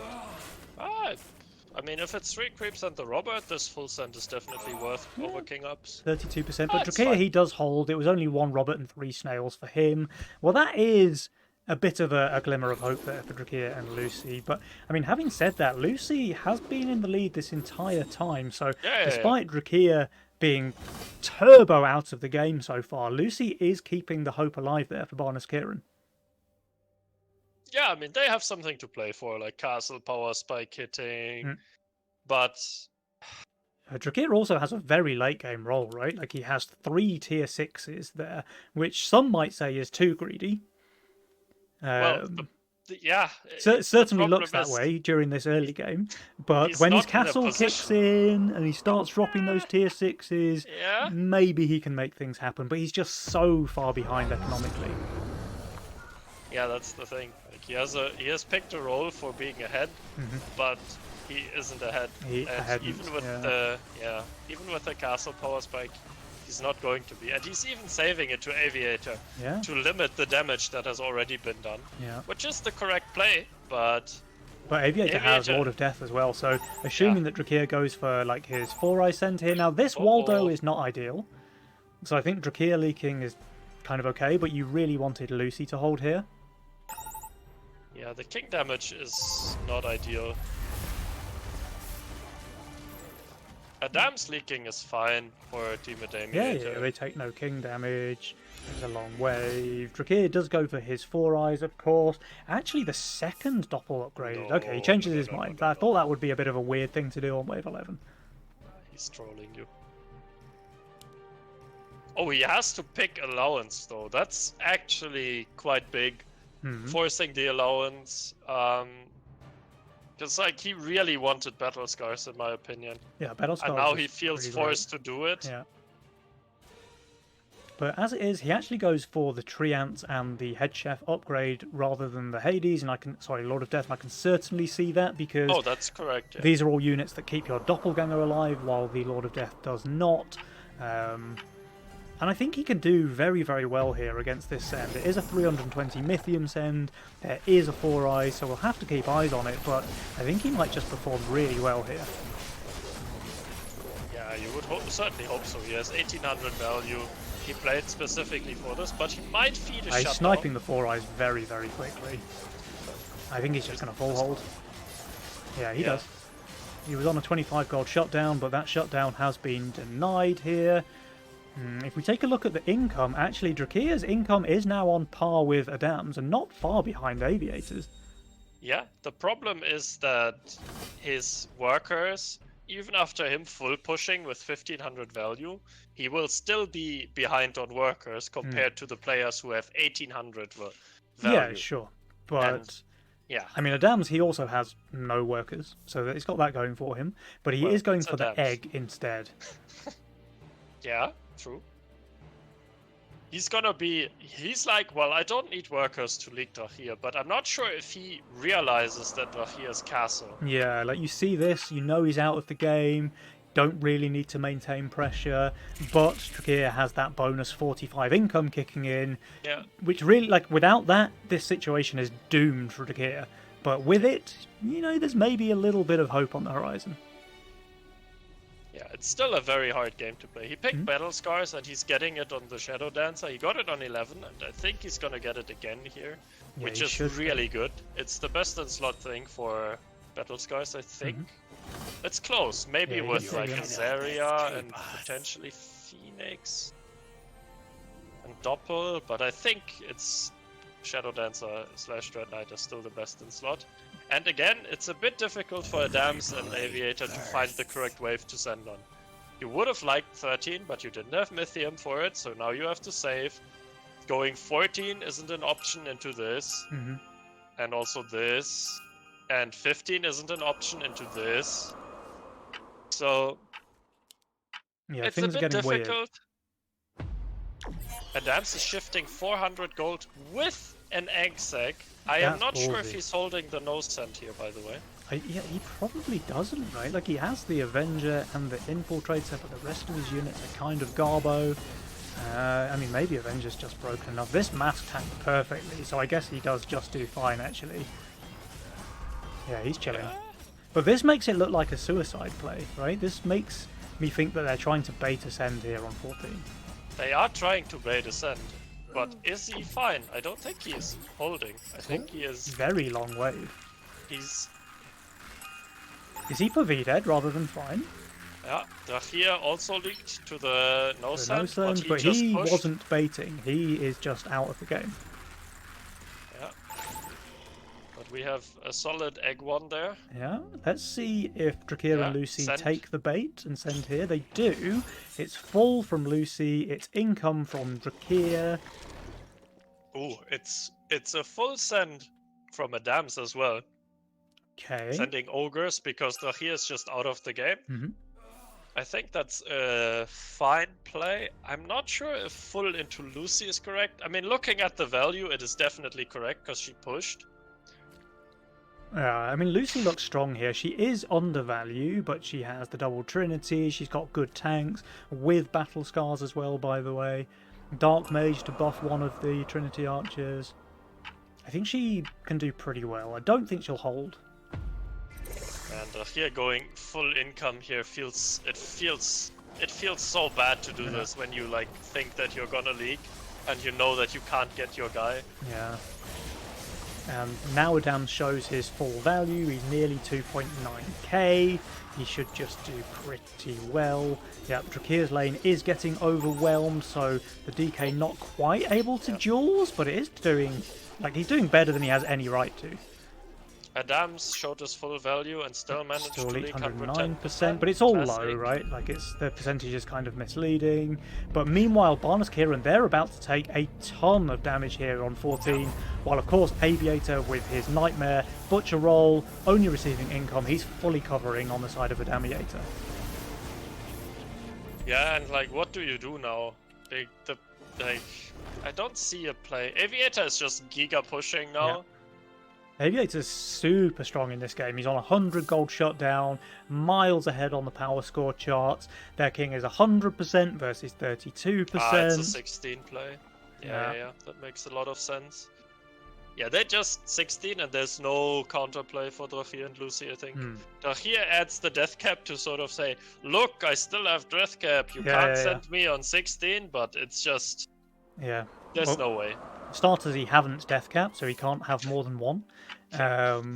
But he's like really far behind in terms of value. Lucy, I think she can actually do very well there. She does have 3 Trinity Archers. She's got the Archire there. She's got Royal Guards, Orchid as well. 16 maybe her best wave in the whole game, actually. But Aviator, he recognises that. He pushes very, very hard. 51 workers on his side now, so his send is going to be rather large. And there's the Needler.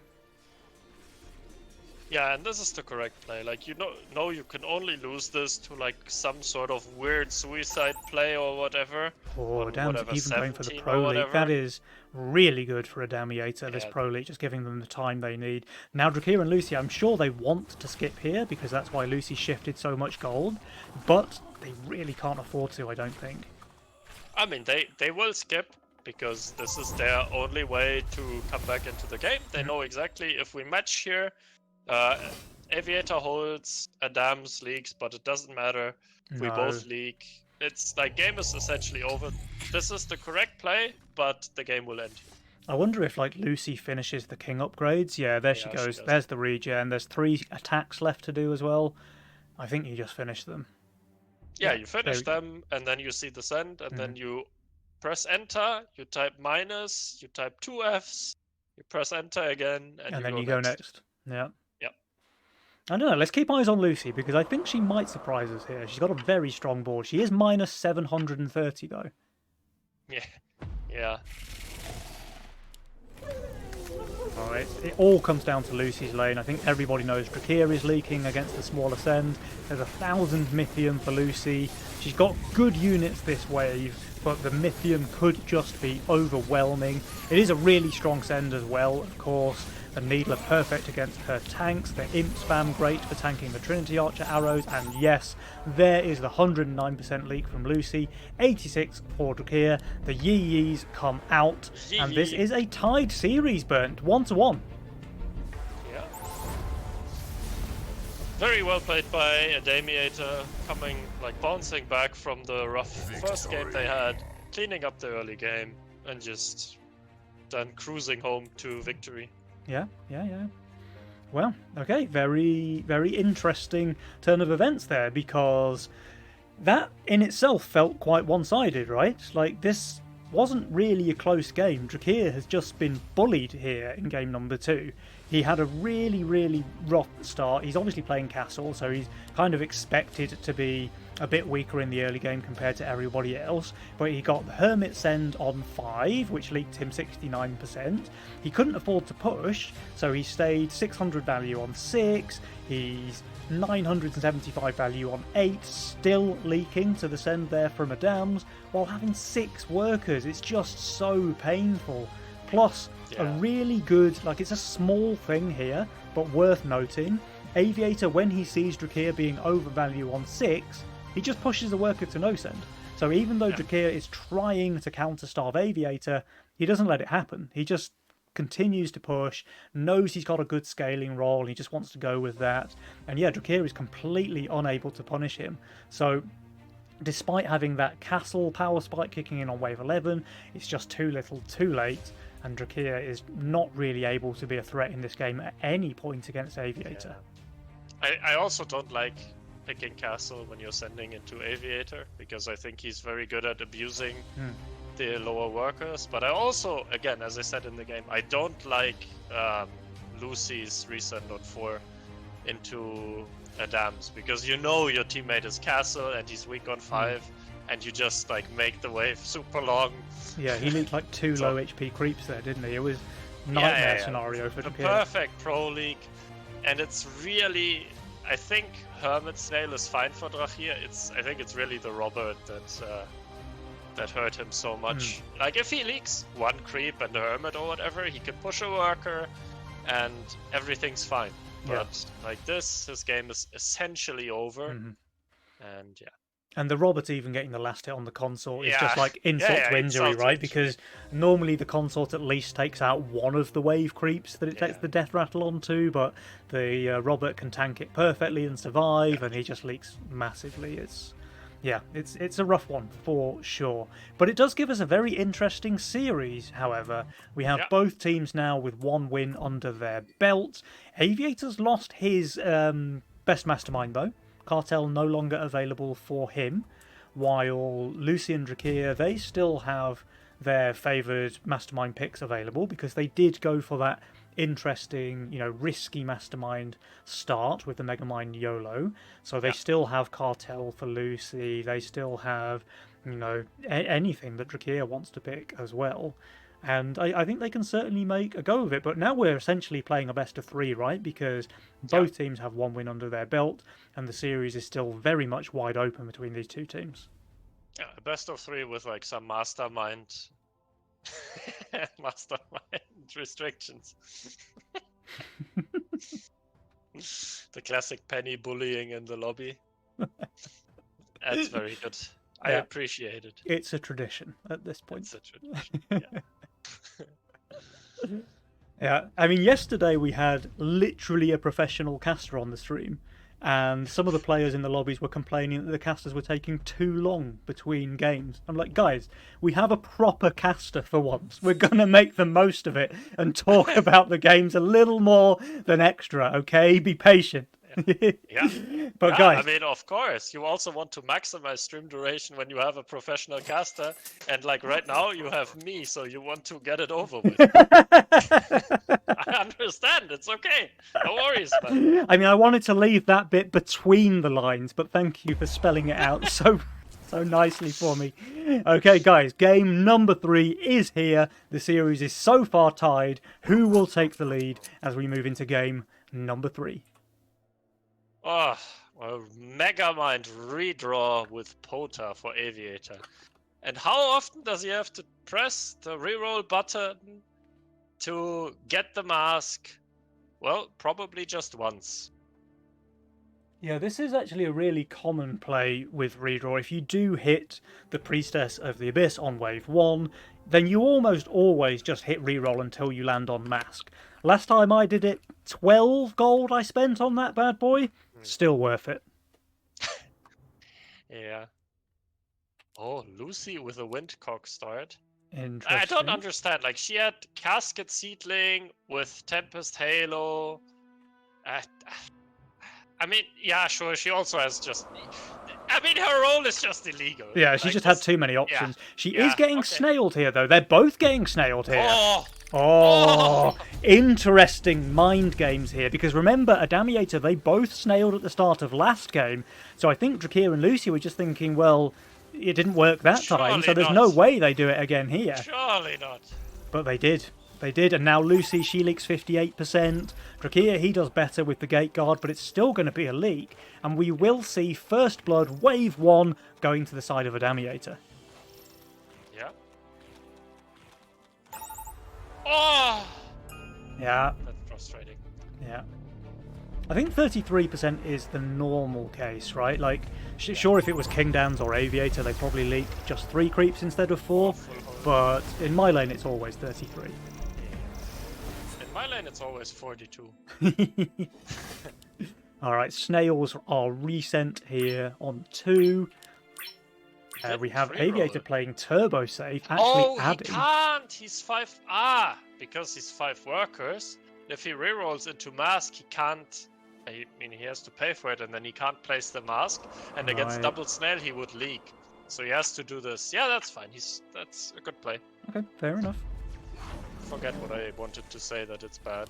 It's good. And there is double snail coming out against Aviator, but yeah, he's going to be turbo fine here. Drakir, he added the Warg, he's very fine as well. Lucy, of course, with the Tempest, doing more than fine. Yeah, nothing much to talk about here really on wave 2. So I guess an interesting question now then is, are the teams going to go for more income-heavy play? I think maybe if Aviator starts digging for that mask now, then probably he will go for the income-oriented play style. It's Aviator. He's always going to play income-oriented. Well, you say that, but Aviator is also like synonymous with Wave 7 Mimic / Ogre, right? Yeah, but I don't know. I haven't seen him do that too much this patch. And not... I mean, okay, game 1 they tried it. Because, like, they had the perfect opportunity for it. But, I mean, he's not really done that too much in, I don't know, my experience in this patch. Yeah. And he's already 7 workers, like, he's not gonna, like, go Mimic or something when he's in such a good spot. He is starting to dig now, spent his first reroll, but he landed on Berserker, he landed on Howler. Even the skeleton gives him a lot of options, right? Because it's basically a Growl. Yeah, he's gonna go skeleton and then probably like 1 howler and 2 polys or whatever. And yeah. Yeah, that's pretty solid actually, because maybe a shared weak wave he is rerolled 7 for these again guys. after adding this thing. Yeah, that's pretty good. He's found really good Wave 7 answers actually, the Scallywag and the Slime Mummy as well for Aviator, so he can cover where Adams was also looking pretty weak on 7. Now Aviator has very good answers there. Yeah. Drakir is 8 workers though, and he might push to 9 because he's super strong on wave 5 and 6. Yeah. And he got a Snail King up here, so now he has 0 pressure on him. He does stay 8 though. Yeah. which indicates to me that he's considering going longer, like Right. wave 7. If Yep. he wanted to go wave 6, he would push here. Yeah, he can easily threaten Mimic from here, right? On wave 7 into Aviator. Easy. Yeah. And while I And said that Aviator Aviator is- has answers for 7, he surely does with the Skelly and the Slime Mummy. Both of those units pretty weak to a Mimic. Yeah. Lucy is a bit under. I don't know. Do you want a Devilfish on 5? When it's in the split, I think it's a much tougher decision. Like, obviously, Seraphine on the left is amazing on 5, but if you just want a bit of tank value, I think the Devilfish is fine. Yeah. I think she was scared that she wouldn't have enough time on the left-hand side to kill the boss, I guess. Yeah, but And she's on 370 value. That's very little, and she's very happy that it's Income King by Right. Aviator. But Yeah, like I 2 mean, it's Roberts here could have been pretty dangerous for Lucy. yeah, but it's Aviator, so of course you're getting Income King. You just assume that it's gonna happen.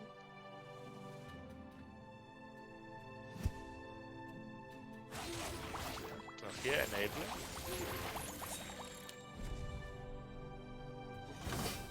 Alright, another income send from Aviator into Lucy, but Drakir certainly getting his cringe on here in game 3. He's threatening big time Mimic on 7 into Aviator.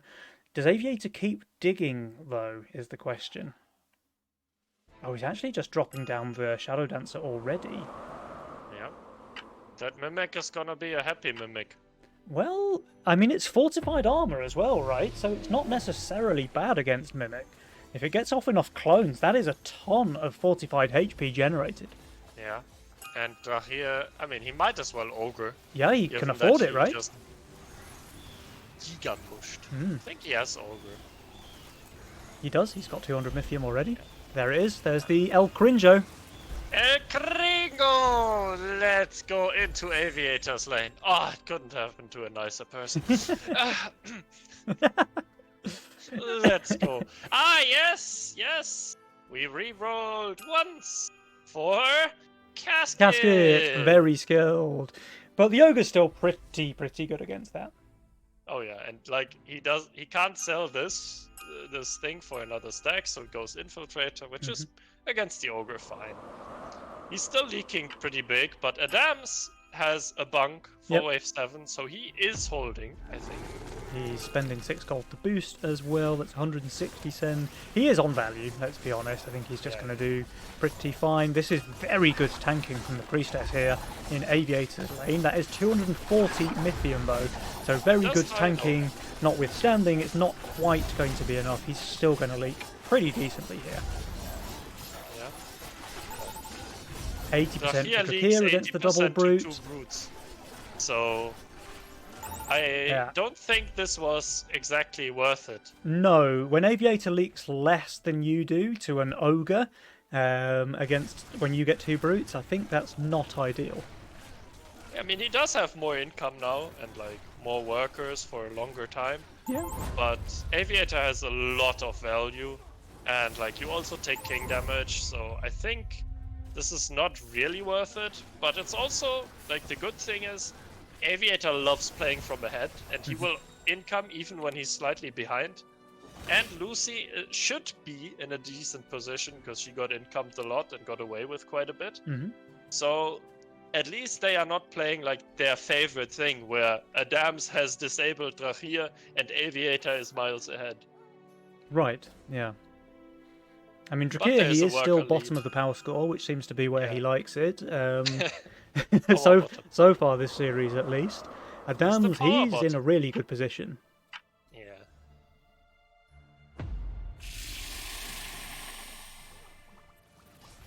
Full resend into Drakir might do quite some damage here.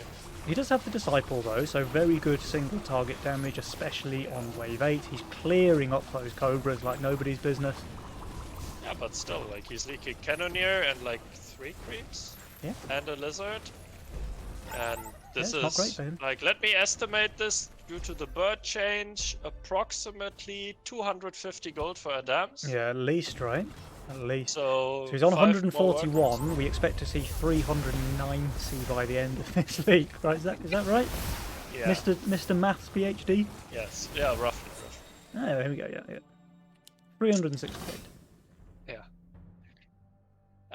I'm not sure if this income send is good because you're already ahead, and I mean, Adam's is now, on fire even. It's wave 9. yeah, you have to protect your weak waves, which is what you have to do when you're ahead. Mhm. And if I'm looking at the boards of Adams and Aviator, the weak waves is wave 10. Well, of course, Aviator has the Halo, which he's now showing, so I guess you're not that worried about it. So Income King is fine, but you always have to be aware that you're giving away like at least another 3 or 2 free waves skip if you're Income Kinging. Right.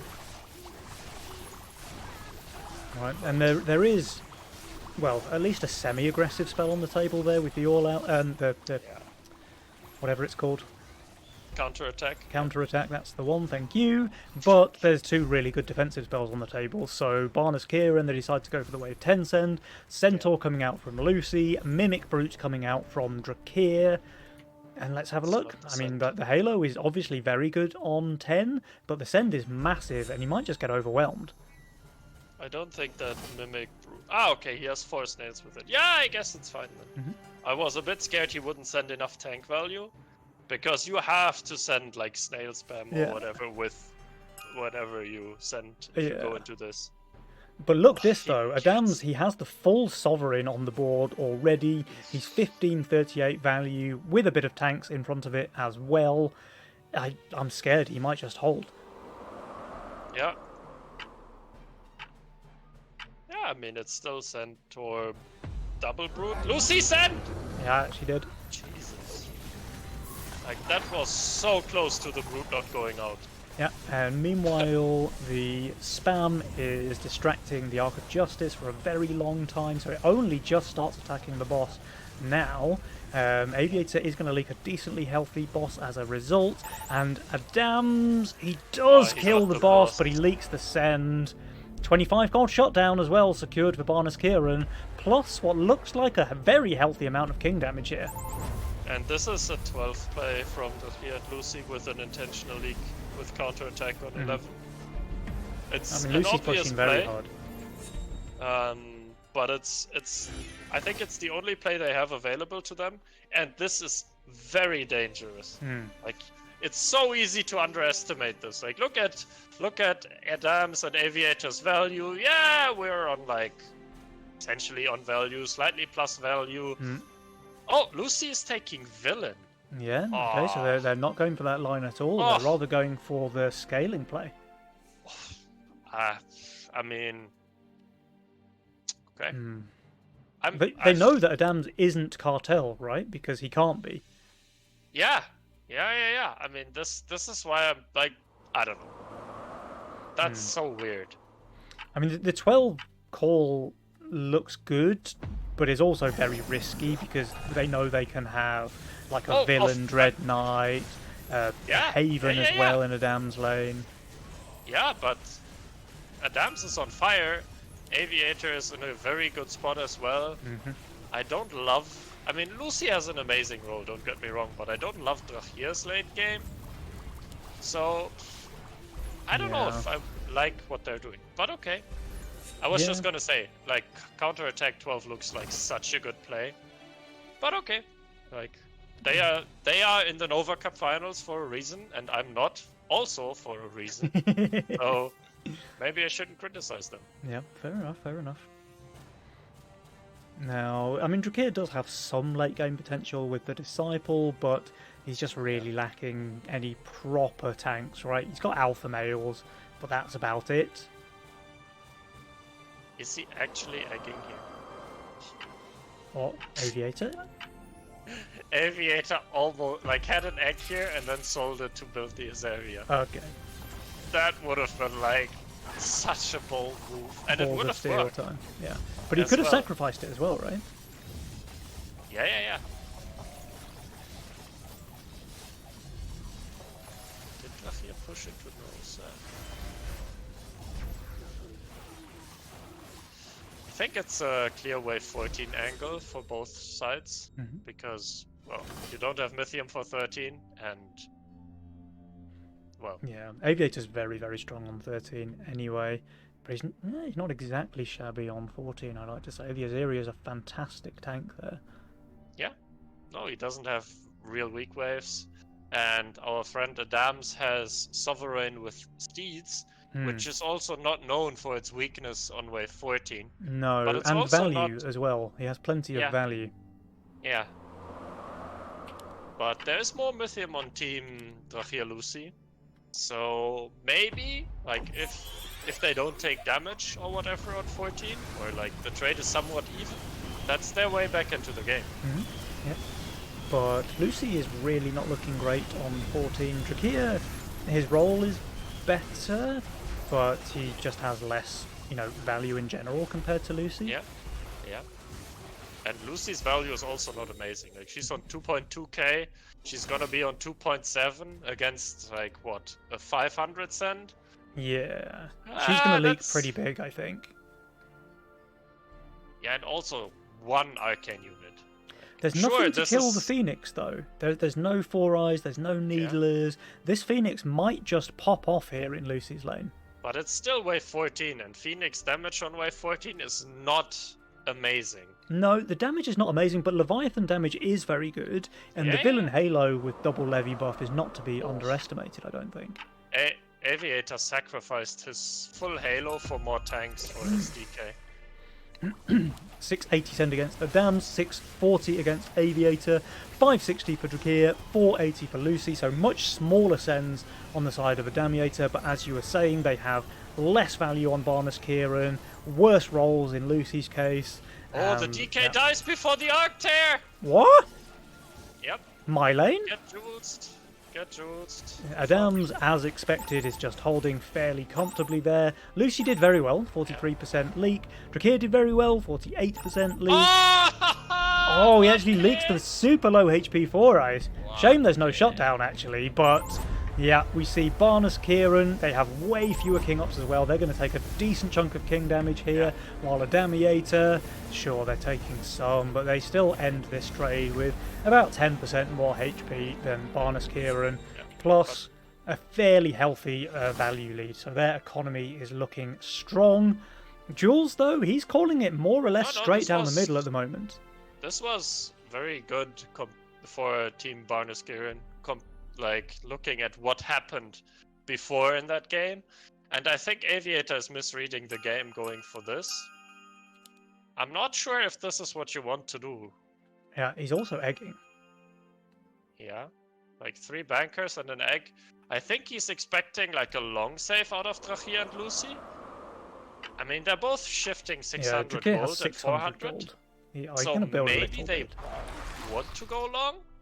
But if they like see this and are like, okay, let's just giga push for 16 now, I'm very worried. Yeah, but they push'n't. So actually Aviator's just going to be super rewarded for his risky play here. Unless they panic and send. Right, yeah. Because this looks scary. Like, this is a no-send league. Oh, this is a super long wave. And you'll... Well, I mean, he got 20, so what am I saying? Yeah, no, that was a send. It's counter-attack as well, plus 60 Mythium. That's a juicer for Drachir. Yeah, and there's they do send. Yeah, there's the send. They do panic. Alright. So this is part 1 of Barnes Kieran's plan, which is bait the send. Part 2 is hold the send, and part 3 is cringe your way to victory here in game number 3. But before all of that, they have to hold the send. They successfully baited the send from Adamiator. Can they hold it, though? Yeah, minus 40 gold here. Now, this Phoenix for Drachir, it looks good to me. That might just turbo smurf against the send. There are no Four Eyes coming out from Adams.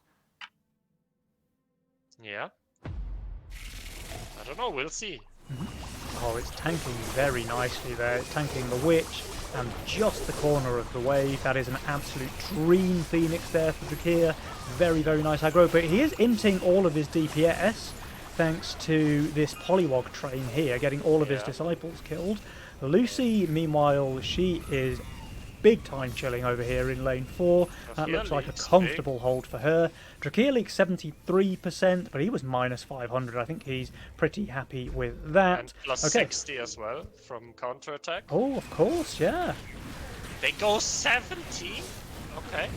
Alright. I mean, they have a lot of Mithium, but Aviator's Egg will pop. He'll have the Dread Knight here. Holy shit, this is so much king damage because of no king ups. No and king ups. actually a lot of gold. Like, do Adamiator read this, or do they expect 18 now? That's my question, because if they expect this, Aviator will redraw like once or twice and get... No, he's expecting 18. He's expecting 18, just like I would. Mm-hmm. And now he can leak, despite the DK. Like, if he just has Golem, he's fine. Yeah, he'd need to spend more gold. Interesting, he's only re-rolled 4 times this whole game. He could very easily be digging for Mudman or something. Are you shifting 600 gold? Okay, you're not. He does at least build the Haven. Are you shifting 360 gold? No, he builds. Are you shifting 171 gold? He... No, he shifted 90 gold for fun. Okay. But watch this Sovereign, right? So Sovereign you would expect to be weak on 17, but with all of that Pegasus value, it just reaches full mana really, really quickly, and it's going to start one-shotting the wave. Yeah. I mean, look at this. Both Sovs will pop off. That Sov is giga popping off. Aviator, I mean, he's leaking, of course. They're both leaking. They're dead. They're dead. They just die here. They just die. Oh. Yeah. Wow. Okay, Aviator 152% lethal. leak is very, very This painful. Is Wow. what a play! What a comeback by Rafia and Lucy. Yeah. Absolute Damn. juicer. I didn't see that coming, honestly. Defeat. That is well played. Very well played. That is really well played. Like, if you look at the graph, right, Adamiator are ahead all the way through the early game, and then they're a little bit, it's more or less even, wave 15, 16, 17, and then Drakir and Lucy just completely turn the game on their head there with this huge wave 17 send, while Aviator and Adams are caught building for 18, which is, yeah, that's... Yeah. They got to be feeling rough about that one because they were in a pretty good spot, I think.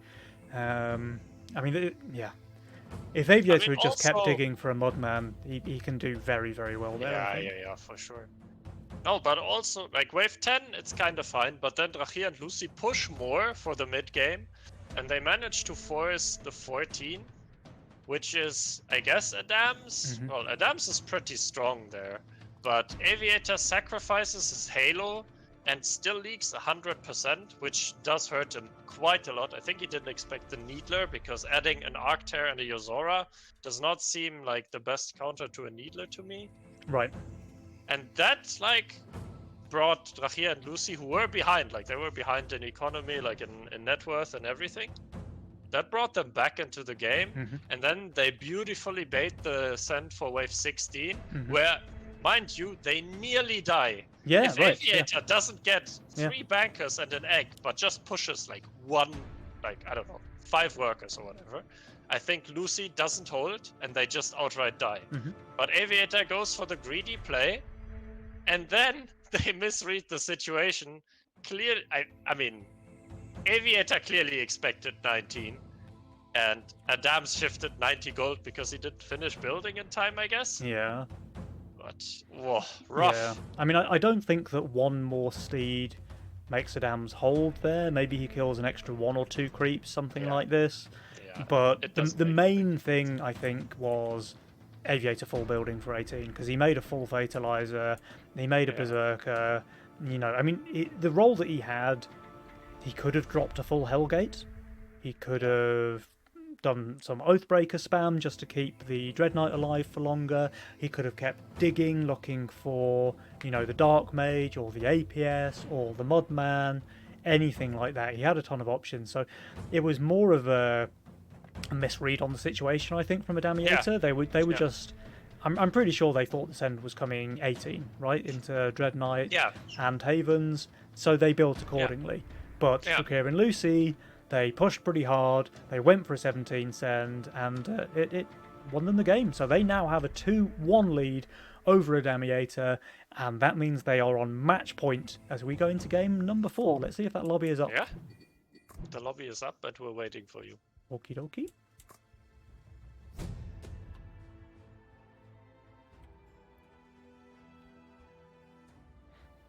Alright, so Adamiator, what do they need to do this time around to turn things around? I think they need to do exactly what they did in the early game. Like, they did it super well. They were miles on ahead, wave 10, right? I think they were ahead on wave... I mean, Adam is on shutdown wave 9. They have the early game on lockdown, and I think they just need to be a bit more fortunate with their mid-game and late-game decision-making. I think what needs to happen is if Aviator is not in the Aviator role where he's Giga ahead, he should not go for plays like Egg Triple Banker because he wasn't in the spot to pull it off really. Yeah. I don't want to put like the entire blame on him or whatever. I think it was also like a decent decision to sacrifice the Halo for wave 14, but it turned out to be wrong against the Send. So I think he was just a bit unlucky as well. Yeah, for sure. Okay, so just stick to your game plan basically, but just do it better. This is your advice. Stick to your game plan and don't fumble the ball in the mid game this time. All right, sound advice there from Dr. Julian. Let's see if Adamiator can make it good here. Fumbler 101. In game number 4. Let's go. Let's go. Ball fumbler 42069 suggests not fumbling the ball in mid-game this time. Let's go. Drakir now going for the Fiesta with Lucy on the Cartel pickup. So 2 very strong masterminds. And I'm really interested that they're kind of using this as their anchor here, right? Because they're on match point and they've saved... I mean, this is definitely Lucy's best mastermind. Yeah. Drakir, obviously a very skilled Fiesta player. You can see that already because he's rolled Atom or, Harpy, Devilfish, both very strong Fiesta openers. He's got to go double bazooka, Poliwag. Yeah. Oh, he's got options for sure. And Lucy is even, giga overbuilding here with her Windhawk because she doesn't want to get double snailed again like happened last game.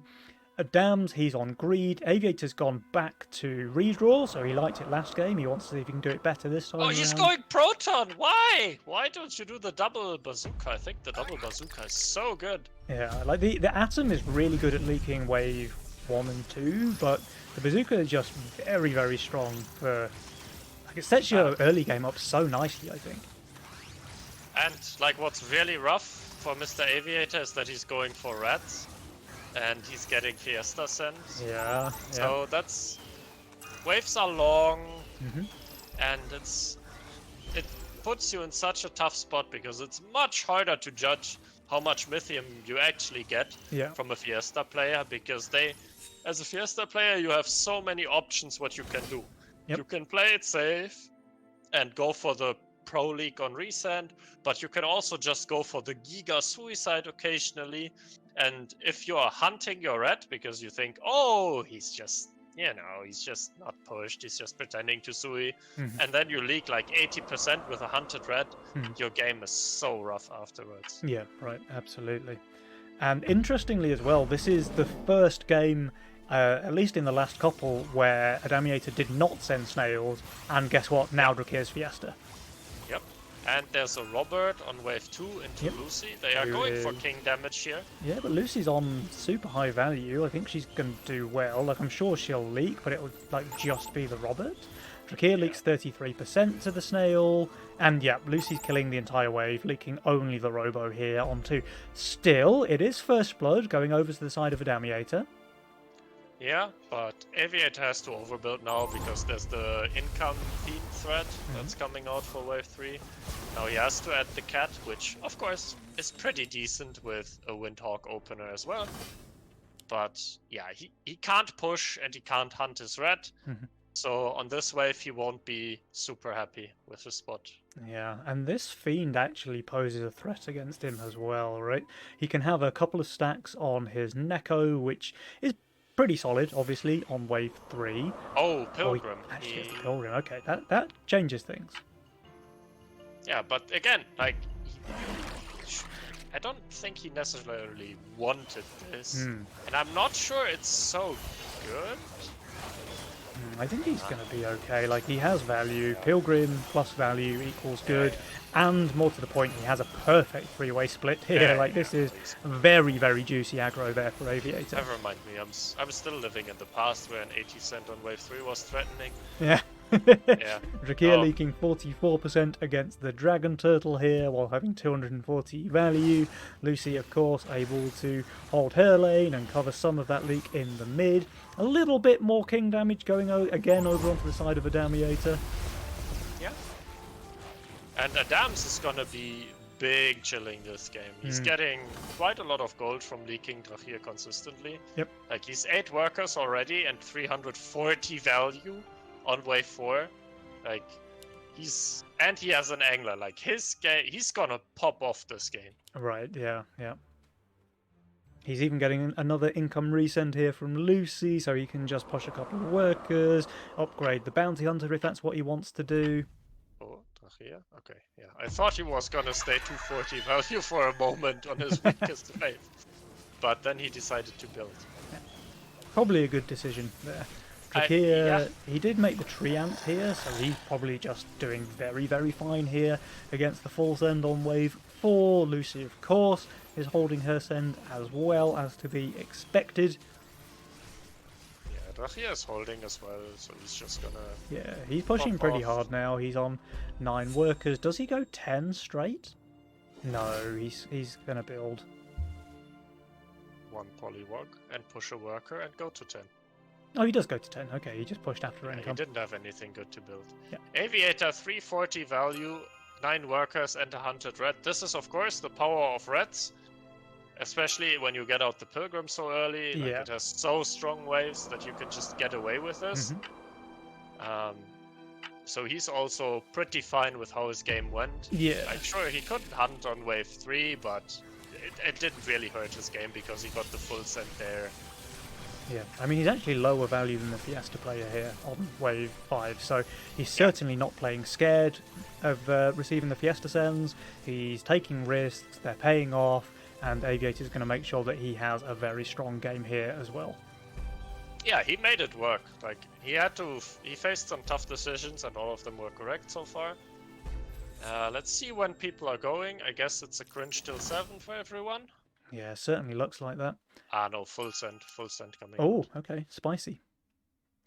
But Aviator, he's got that 130 Mythium, so he's looking at things like a Mimic on 7 if that's what he wants to go for. Not the best against Lucy's lane, like it's all natural, but they're all small units as well, so the Mimic might just end up Giga snacking. Yeah. I think Lucy can just add Butter Badger for wave 7 and be fine. Drakir, though, Yeah. he's very low value. I don't think he can be fine on 7. Does Adams ever reach the Mimic himself, though? His Mythium is comfortably behind Aviator's, and the wave looks quite fast. We do get full friends coming out from Drakir and Lucy, and the wave is too fast for Adam's Mimic, so he goes friends as well. But yeah, there's the Mimic on 7 coming out from Aviator. There's the Badger, like you say, from Lucy. She's also on value, so, I mean, sure, the Mimic might get a bit of gold here, but with the Deep Coiler to deal out the damage, with the Badger to tank the wave, I think Lucy's going to do pretty well here on 7. Yeah, she might leak the Mimic, but if she's not super unlucky, she will just leak the Mimic. Right. But also, Adams should just hold the... I mean, he's on value, right? He's got a full Harbinger, he's got a Gate Guard as well, just to add a little bit more value there. Aviator's receiving the 162. He's pretty close to full value. He's got the Neca Martyrs. I don't know, man. I think all 4 players might do okay. Drakir, by rights, should be leaking pretty badly, though. He should leak the most of everyone, but his aggro is phenomenal. Lucy doing is too sniping badly. the Mimic, so she is just holding. Drakir leaks 64%. Adams, like you Aviator said, is holding easily. And Aviator, I mean, he's holding as well. So Adamiator, sure, they didn't get mega leaks with their send, but they were also both able to hold the full send from Barnes Kieran, and they're in a very strong spot here in game number 4. Yeah, I think this is definitely favorable for Team Adamiator. Yeah. Which it needs to sure. be. It needs to be, because they cannot afford to lose one more game. Yeah. Yeah. I mean, sure, Adams is slightly behind on income, but he also has a power spike coming up with the Bounty Hunter. Yeah. And his role looks delicious, to be honest. He's got an absolute juicer. He's got that Phoenix potential coming out for his late game, with the Bada Badger as well, to give him very solid tank options on 14 and 20 and stuff like that. So yeah, he's looking pretty solid. Is he shifting 120 gold here? No, he's adding. Okay, I was gonna say, like, the resend here can be dangerous for him because he has no arcane units. But I think his Pilgrim is gonna off-tank that one creep and be fine. And I think his value is just carrying him here. Like, he's plus 70, even though his units are bad, it shouldn't really matter. I think he's just completely fine. They are cringing a little bit once again. Adams has 170 myth, Aviator has 140, and does he get his summon off? No, he might leak small then. 220 cent while being plus 70. Imagine if he hadn't added 3 in. But of course he was planning to. Yeah. Just like rerolling. Oh, okay. Yeah, 3 creep leak there from Adams. Obviously not a bad leak, but like you say, he's plus 70 value. You really want to be holding there. I'm confused that he doesn't push because he has Harbinger for next. Like, what is he going to add with 160 gold? A Sunfang? Okay, a Sunfang for fun. Yeah, that is a Sunfang, isn't it? That is not a Sunfang. I mean, just press the worker button, Adams. What's wrong? Yeah, especially like you're obviously cringing, so you're going for leaks at some point, and I don't know if you've ever sent for a leak, but in my experience, it's usually better to have more Mythium compared to having less Mythium. I mean, that's just that Doctorate coming in handy once again. Like, you heard it here first, guys. More Mythium, better than less Mythium. Yeah. I mean, now he's pushing because he's getting this in. Yeah, but he could have just been three more workers already, right? He did not need to build on 9. I guess he was scared of with 10 maybe, because Aviator isn't amazing there, but he has redraws, so I don't know. Whatever. Yeah, I mean, he has his Kingpin on 10, he has Howlers, you know, like that. I think you just push. And they cringe! Whoa, that is some full-scale cringe. I mean, the send on 11 can be enormous, right? There's overwork in the game. They both have... well, at least Adams has a pretty respectable work account. And they maybe fear for the Starcaller here and the Howlers and Deepcoiler in Lucy's lane. But they're going to be turbo rewarded. What if it is not 11? Oh, there's no way it's 12, right? There's no way. I think it has to be 11. Like, there's Boom Trees, there's Starcallers, there's... Glacial, yeah. Yeah, there's Glacial as well, which is phenomenal on 12. I think it has to be 11. Yeah, I was just thinking, you know, you expect Rahir and Lucy to income king here. Yeah. So what you can do is you can save and just take the overwork for like 1 million Mythium. But you can also just send a Kraken on wave 11. No, I think that works too.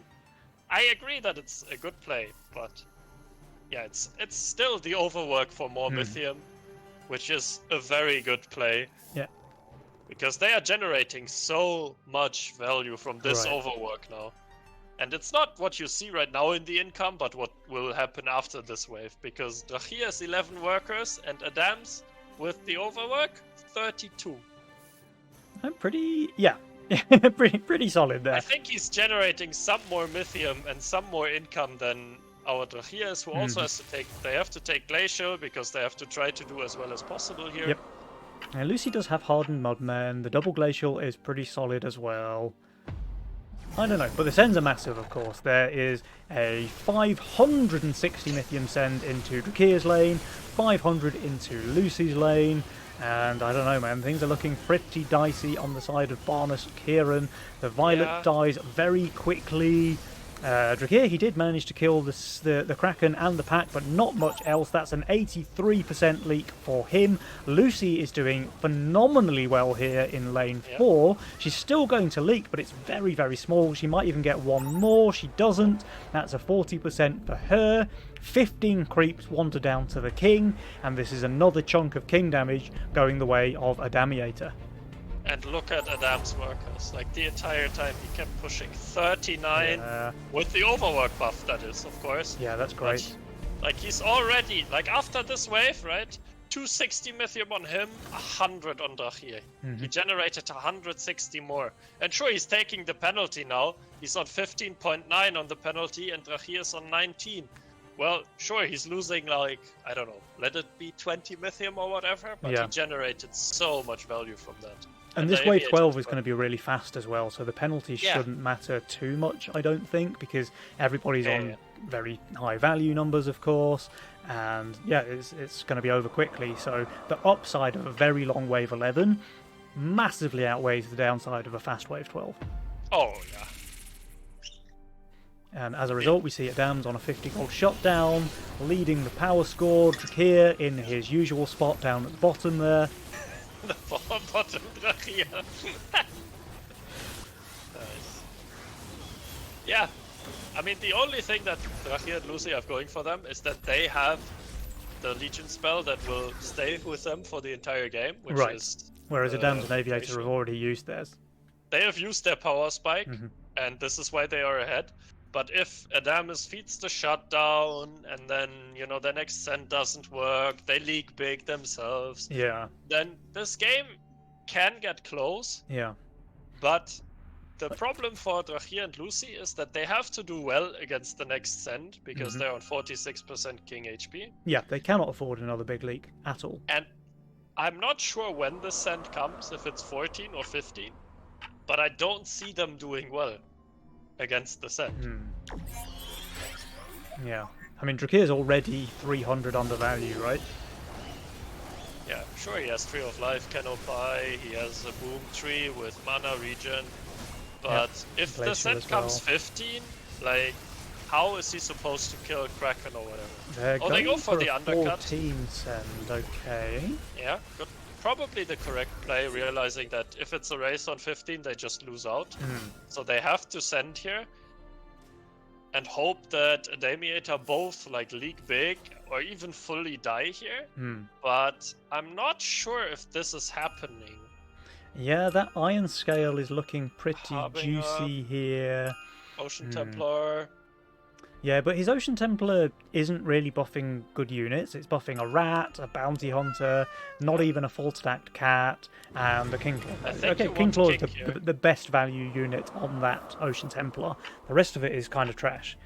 I think you want King here if you're a Damiator. I think you're taking a very big risk, in my opinion, with what you're doing here. But let's see. Maybe they are just much better than me. I mean, they are. Oh, one ogre is already gone, yeah? Again, much better than you. Oh, the other one also being that's a very skilled player there. Yeah, okay. Sniping the entire send very, very quickly there from Adams. Still leaks though. Yeah, but look at this. Yeah, Aviator just doing 58% leak there for Adams, 50 gold shutdown, and the percentage is going to be similar for Aviator, but actually it's just a Needler. Yeah, 52% there.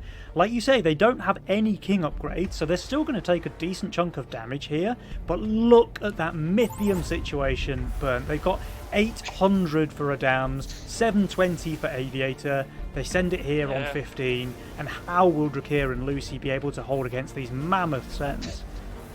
Well, I have some bad news for you. Oh, they holdn't? I think they won't hold. Yeah, Lucy even hardened last wave, by the way, so they were expecting... They went for the play, again, like, huge commendation to Drachir and Lucy and to these players in general. They find a line in which they can win. And their line was, everyone sends on 14, and we do well. The line, or they die if they skip, but the line of... the game goes to 15 and we live doesn't exist. No. So they went for the win condition, didn't work out because they were behind. And now they will die. And now they will die. This is a double Kraken and a pack leader walking into Drakea's lane, double Ram, Mole, Imps into Lucy's lane, and yeah, I don't really see them surviving this one, I'm afraid, guys. I mean, they have this got Phoenix full is King upgrades, more or perfect. less, so that Phoenix is looking promising, but the Kraken's It's a just full tanked wave. way too much damage. This will be a massive leak from Drakea. Lucy, though? We'll see. King boss only. Yeah, boss only. Maybe one more spell from the Starcaller. There it is. Low HP boss there. There's think they no die. damage mercenaries, right? I think they are dead though. 52% health remaining. Nearly a fully upgraded Right? king. Oh, maybe they live. I think they live. There's no shamans. There's no needlers. Oh, by the skin of their teeth! 1% HP! They were less than 100 HP left there, Burnt. That is crazy, Lucy man. sent! Why? Did she have One more auto-send attack! on? One more attack from a No! quadrupus, and they are out of the game. The series is tied 2-2. But Oh, now, and Lucy is sending. Like now they had a chance, but like she just incomed because she had the auto send on. oh, she left auto send on. Oh no, Lucy, my Oh. Lucy. Holy shit! I didn't expect. I mean, I also wouldn't have expected them to live, but oh Hmm. my lord, this is frustrating. She may have like walked away from her PC, honestly, at that point. Like, Yeah, I'm like okay, game is over. Well, Aviator is egging, and I am not sure it might die instantly. yeah, but I think it's meant to be a dead egg, right? Like he's placed it really high up in his split. He just wants some tank value there. Because he was looking a bit sus on wave 17, so I think him just dropping some tank value is solid. Yeah, Adam's not surprisingly holding against the what I have to assume is a mistaken auto send here from Is he Lucy. holding? I mean, if he leaks, Because it I might don't just think better he for him. is. I think I Okay, don't he think holding. this is holding Penny. He holdn't, but there's no shutdown, and the long wave is just good for Adamiator, right? Because they saved their Mythium, Yeah. Barnes I Kirin. mean, Adams tried to bait the send for wave 17, Hmm. and he is baiting the send. He is baiting the send, but now And- he's just going to be overvalue. He's gonna be plus value, and I think he's just gonna hold, Yeah. and then the game is over. And then the game is over. Now, Aviator, he can make a Prince pin here, very low stacks. I think, like, Oh, if but he now wants they to don't be they good, don't expect this coming here, Burnt, because they did get that income king on 16. Oh. So now they really don't see tell it coming. Me. Don't tell me. Don't tell me this is how they. Don't tell me. They are just shifting gold. I mean, Aviator is not necessarily shifting, but he's building steeds, which are obviously garbage on this wave. Adams is not shifting anything. He's plus 150. I think he's just going to hold. But he did build chieftains. Like, I mean, it's also a backline Phoenix. Hmm. He has Chieftain. I don't know. He has the Harbingers, a Boom Tree. He has the value, and like the send is just quite small. 420 send into that build. Like his build's not great, but he's just completely Lazy. fine. Let's go. He's completely fine. An Aviator who did build the Pegasus. He's leaking very, very small here, like a few low HP creeps. Yeah. No. This is fine. Yeah. I was just worried that, like, Aviator would shift. Or Adams would shift 500 gold for fun. Yeah, that's what I thought as well. Like, I saw Aviator hunt his rat. I saw Adams had a ton of gold in the bank and maybe thought they're just going to shift again for fun and maybe the series just ends here. But no, good presence of mind there. We see Adams full building, Aviator leaking very small, and now they're just in an absolutely commanding lead. Yeah. Oof. That went like. Oof. Jesus, that scared me. Yeah. I mean, Lucy is full building for 19. Yeah. So yeah, we and see she's all of these strong on golems. 19. Very Like, strong She on has 19. these units, that unit, and Drachir is also super strong on 19. Yeah. So maybe this isn't as over as we think it is. Well, Adams is very, very strong himself. Aviator as well, because he has Mudmen, Masks, Leviathans, and all of that jazz. Do the teams ever skip? No. Okay, No. we see the double T-Tram coming out from Aviator already. Here's the Shaman from Lucy. DT as well. And the triple I mean, siege ram we have a from pro league Dams. here, so it's like. Oh, that's if not great. anyone considered skipping, you know. That's not great though. The pro leak here from Aviator leaking, that's a bit of gold for Drakir. It's a 25 gold shutdown as well. What I think is more sus is again no shaman. I'm not sure if this is worth it. Like, sure, the wave does amazing damage. Shaman was nerfed, yada yada, blah blah blah. But I still think Shaman is like so high value on 19. Right. But look at this though. Adams, he has the fully buffed Treant, it's 20%, and it's white mane buffed, and it's triple chieftain buffed. He's just going to delay forever. Aviator, similar story. He's very far undervalued, of course, but he has hardened golems and masks and leviathans. Drakir and Lucy, though. I mean, if Drachir and Lucy leak, this game is over. But if one of them manages to, like, somehow pull something out of their ass, like a hold, then they win.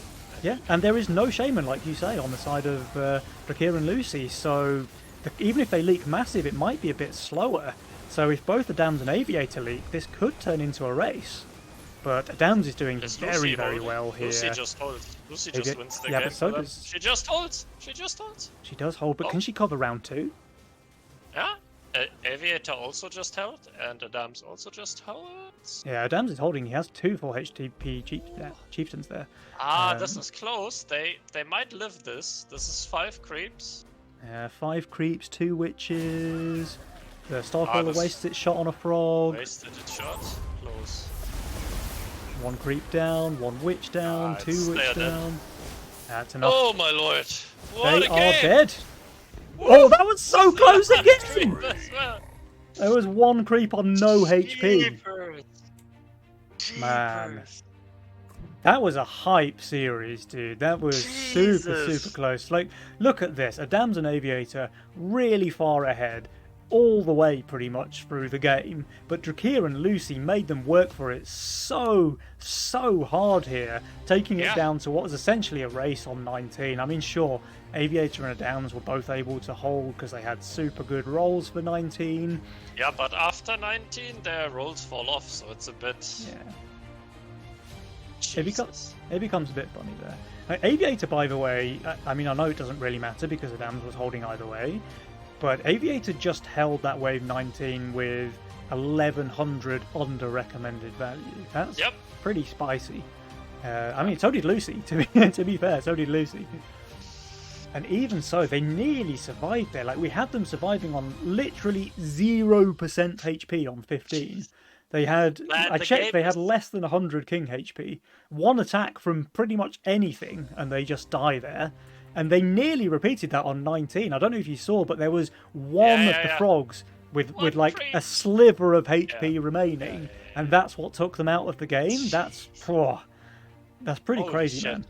Man, I thought this game was like so over, but the way 14 gave Drachir and Lucy like a ton of gold. And then Drachir just pulls out the Phoenix, and Phoenix is amazing, and Lucy does so well on 15. Holy shit. Lucy did phenomenally well on 15. And that's with like 3D hardened Mudmane. You can imagine if she had held her nerve on 14, she's just easily holding on 15. Yeah, but you don't expect that. Like, they go for the 14 play because they expect to die on 15, right? Right. And they still expected to die with them. Like, and Lucy has auto sense still on for 16. Like, holy shit, man. What an absolute nail biter that game was. I think it's fair to say that this was like a lesson on how to play from behind here for Drakir and Lucy, right? Because they were in a rough spot from really early on in the game. Adamiator took an early lead and they just kept that pressure. But Drakir and Lucy, they never once folded. They played to their outs every single time. They took risks where they needed to take risks. They clutched the king on 0% HP where they needed to do so. And they really made this game very, very close. Like, way closer than they had any right for it to be, I think, given the position that they were in. So, very, very well played by them. But ultimately, Adamiator did come out on top. And that means, guys, good news for everyone, because... Game 5, let's go! Number 5. Let's go.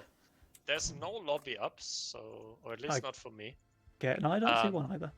Okay, I will use this 1 minute break to hop on the toilet real quick. Yep. Because I've been sitting here for 2 hours now, and I would assume the players are doing something similar, so I will run the hype vid Yeah. very quickly, and Yeah. we'll be back in a couple of minutes, guys, Yeah. for the very final game of the series. So Hype, make hype, sure hype. you stay.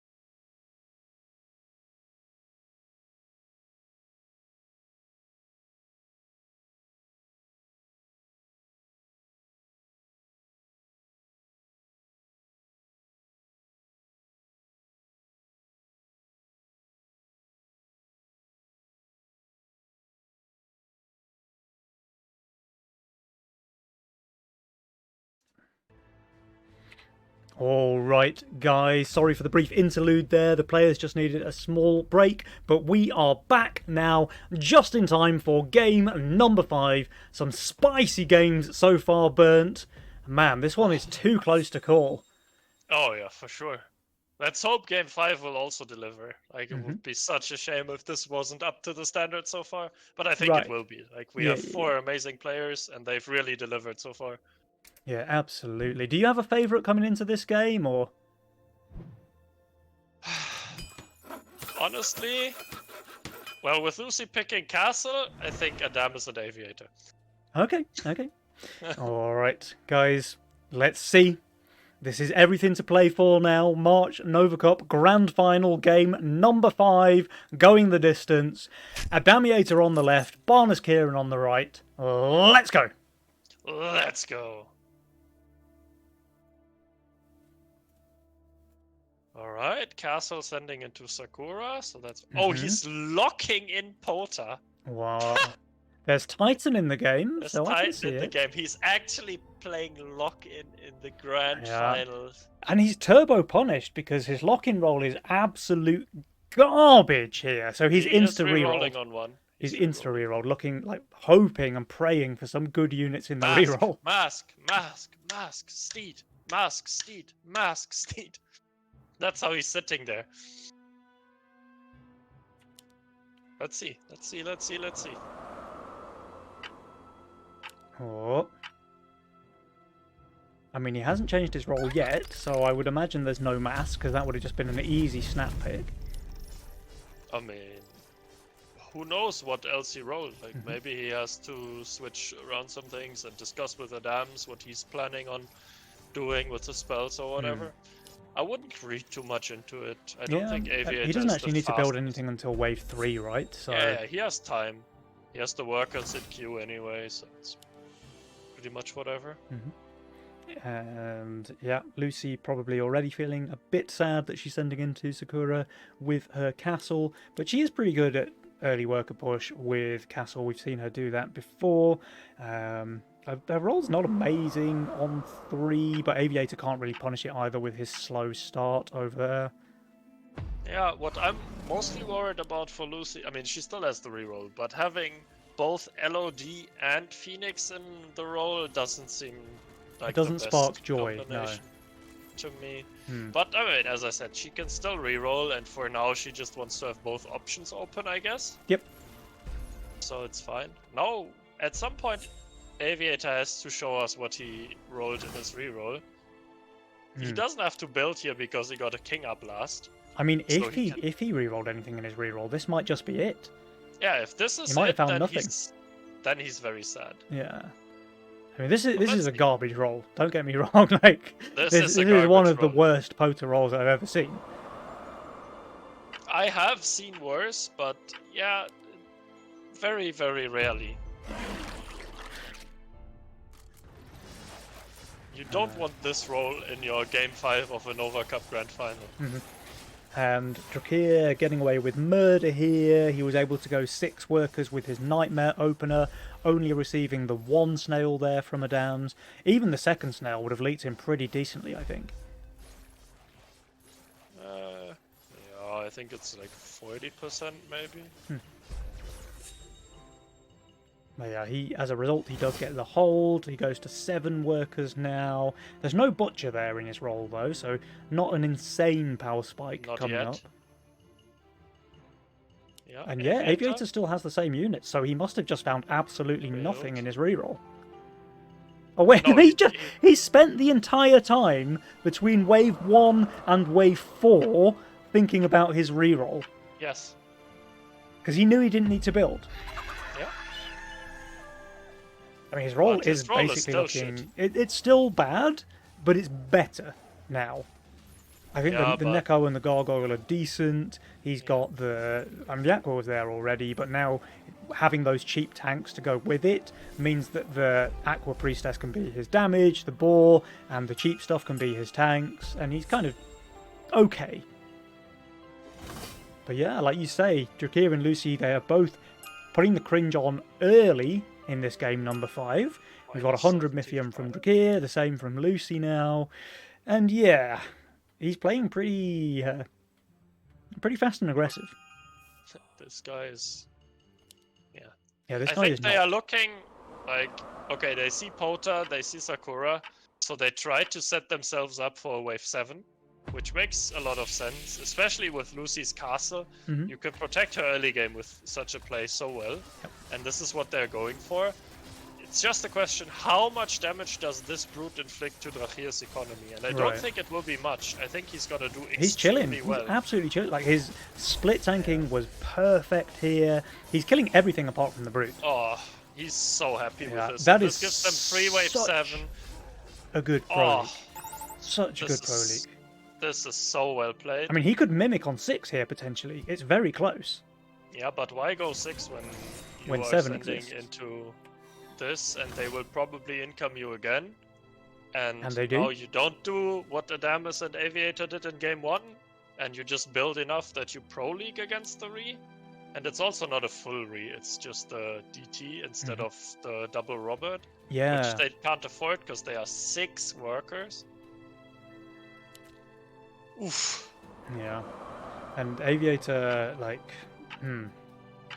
he's got a lot of arcane armor, Yeah. but he holding to an ogre on 7. No, there's nothing he can do against an ogre. He's going to leak very heavily, I think. Yeah, Adams is still on value, but he's still 6 workers and Yeah. not like absolutely amazing. He does have the And, like- casket as well, so he Yeah. can at least clear off a lot of the wave creeps, I think. But this is going to be double ogre coming out on 7. We might get a bit of a pro leak here from Lucy. She leaks a couple of creeps. Drakea does hold, though. Yeah. And yeah, these sends are just absolutely enormous coming out wave It's 7. A We've got 3 the worker lead for the castle player before wave 7. yeah, that's That's 50%. And I'm not sure if Adams holds. Like, if he holds here, at least he still has a game himself. yeah. He's gonna be behind, but Yeah. if he holds, it's gonna be okay. But if he leaks, if he leaks the ogre, just the ogre, he's still going to be quite far behind, unless Lucy and Drachir both leak here. Yeah, an Aviator is going for a brute send of his own. Lucy, yeah, she has a 7-stat cat. She's going to do fine, I think. She might leak a bit. Now, let's see. Adams and Aviator, 240, 260, a couple of ogres, even a brute in Aviator's lane for good measure. I don't think they're going to do that well. The Iron Maiden is dying very quickly. It does just get that last cast out. That could be key.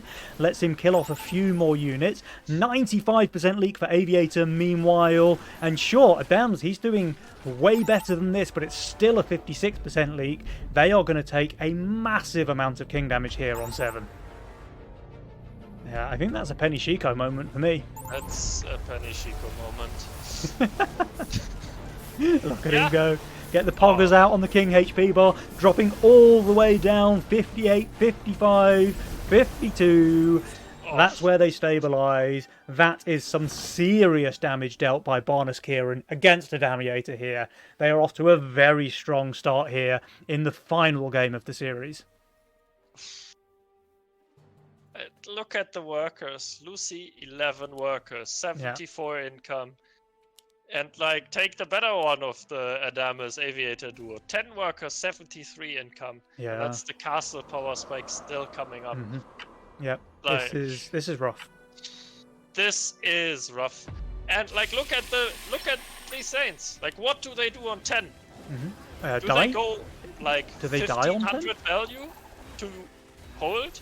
Well, sure, you go 1500 value and then you don't die, but you're being outscaled by the castle player the entire time. Aviator, the lock-in pick was so weird. Like, I think it's the worst mastermind in the game. I don't know why you would willingly pick it. Yeah, I don't know. And here, yeah, he has the Soul Gate for here. It's fine for him. Lucy is minus 50. They are actually hoping for like a big send so they can pro league and end the game on 10. Like, look at this. That's the Rogue Wave, the Fire Aqua. Like, what is this going to do on 10? Sure, he's shifting some gold or whatever for Azaria, I guess? It has to be Azaria, right? Like, there's nothing And else you can Adams do. is full shifting, hoping for like a good roll for 10. He gets the Halo as the Chaos Gamer that he is. That's good. That's a good roll. Yeah, that helps. But still, like, The rest of his Aviator units is just are leaking. garbage, right? Like, he'll have a Halo, well done, but nothing else. yeah, but again, even if they hold here, look at the worker difference. Drachia 12 workers, Aviator 8 workers, Lucy 11 workers.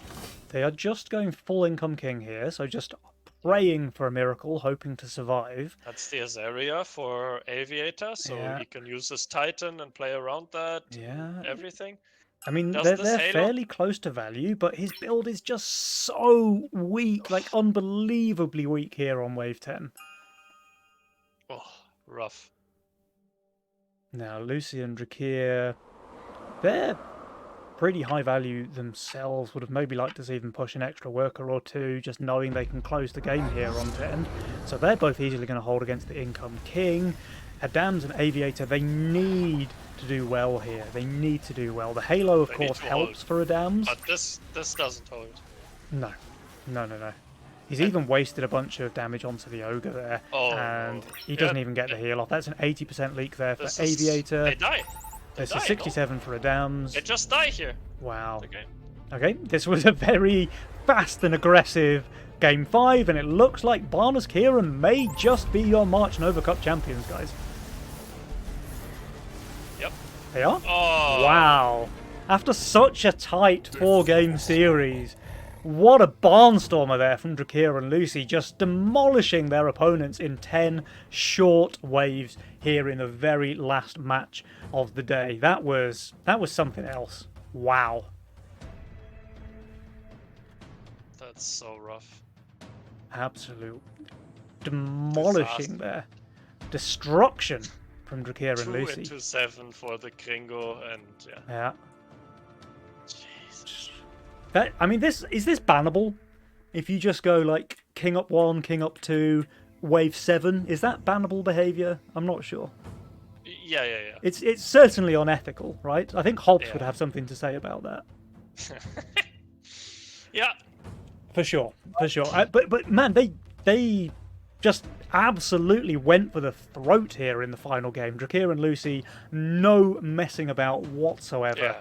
And wow, I'm kind of flabbergasted. I'm a little bit lost for words, but like we were talking about the meta a lot at the start of the day, thinking that it's maybe a bit of an income favoured meta, but judging on this grand finals, one, I think it has to be said, cringing still pays off, and two, you can still end games very, very quickly. Like, I didn't expect to see a game 10 end in the grand finals, but Well, wow. I mean, if you start Sakura and your teammate starts Pota, you're asking to be cringed for wave 7. Mm-hmm.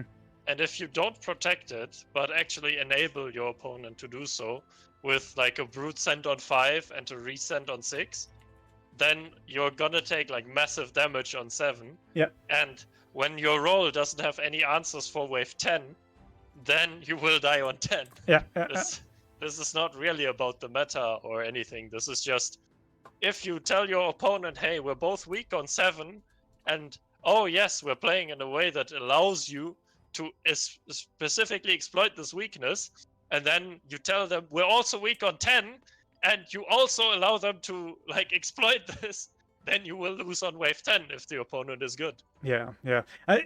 Sure, a lot of that comes down to the fact that Aviator had an absolutely atrocious lock-in roll. Like, that was one of the worst Pota rolls I've ever seen. It was very, very bad. It was very bad, it has to be said.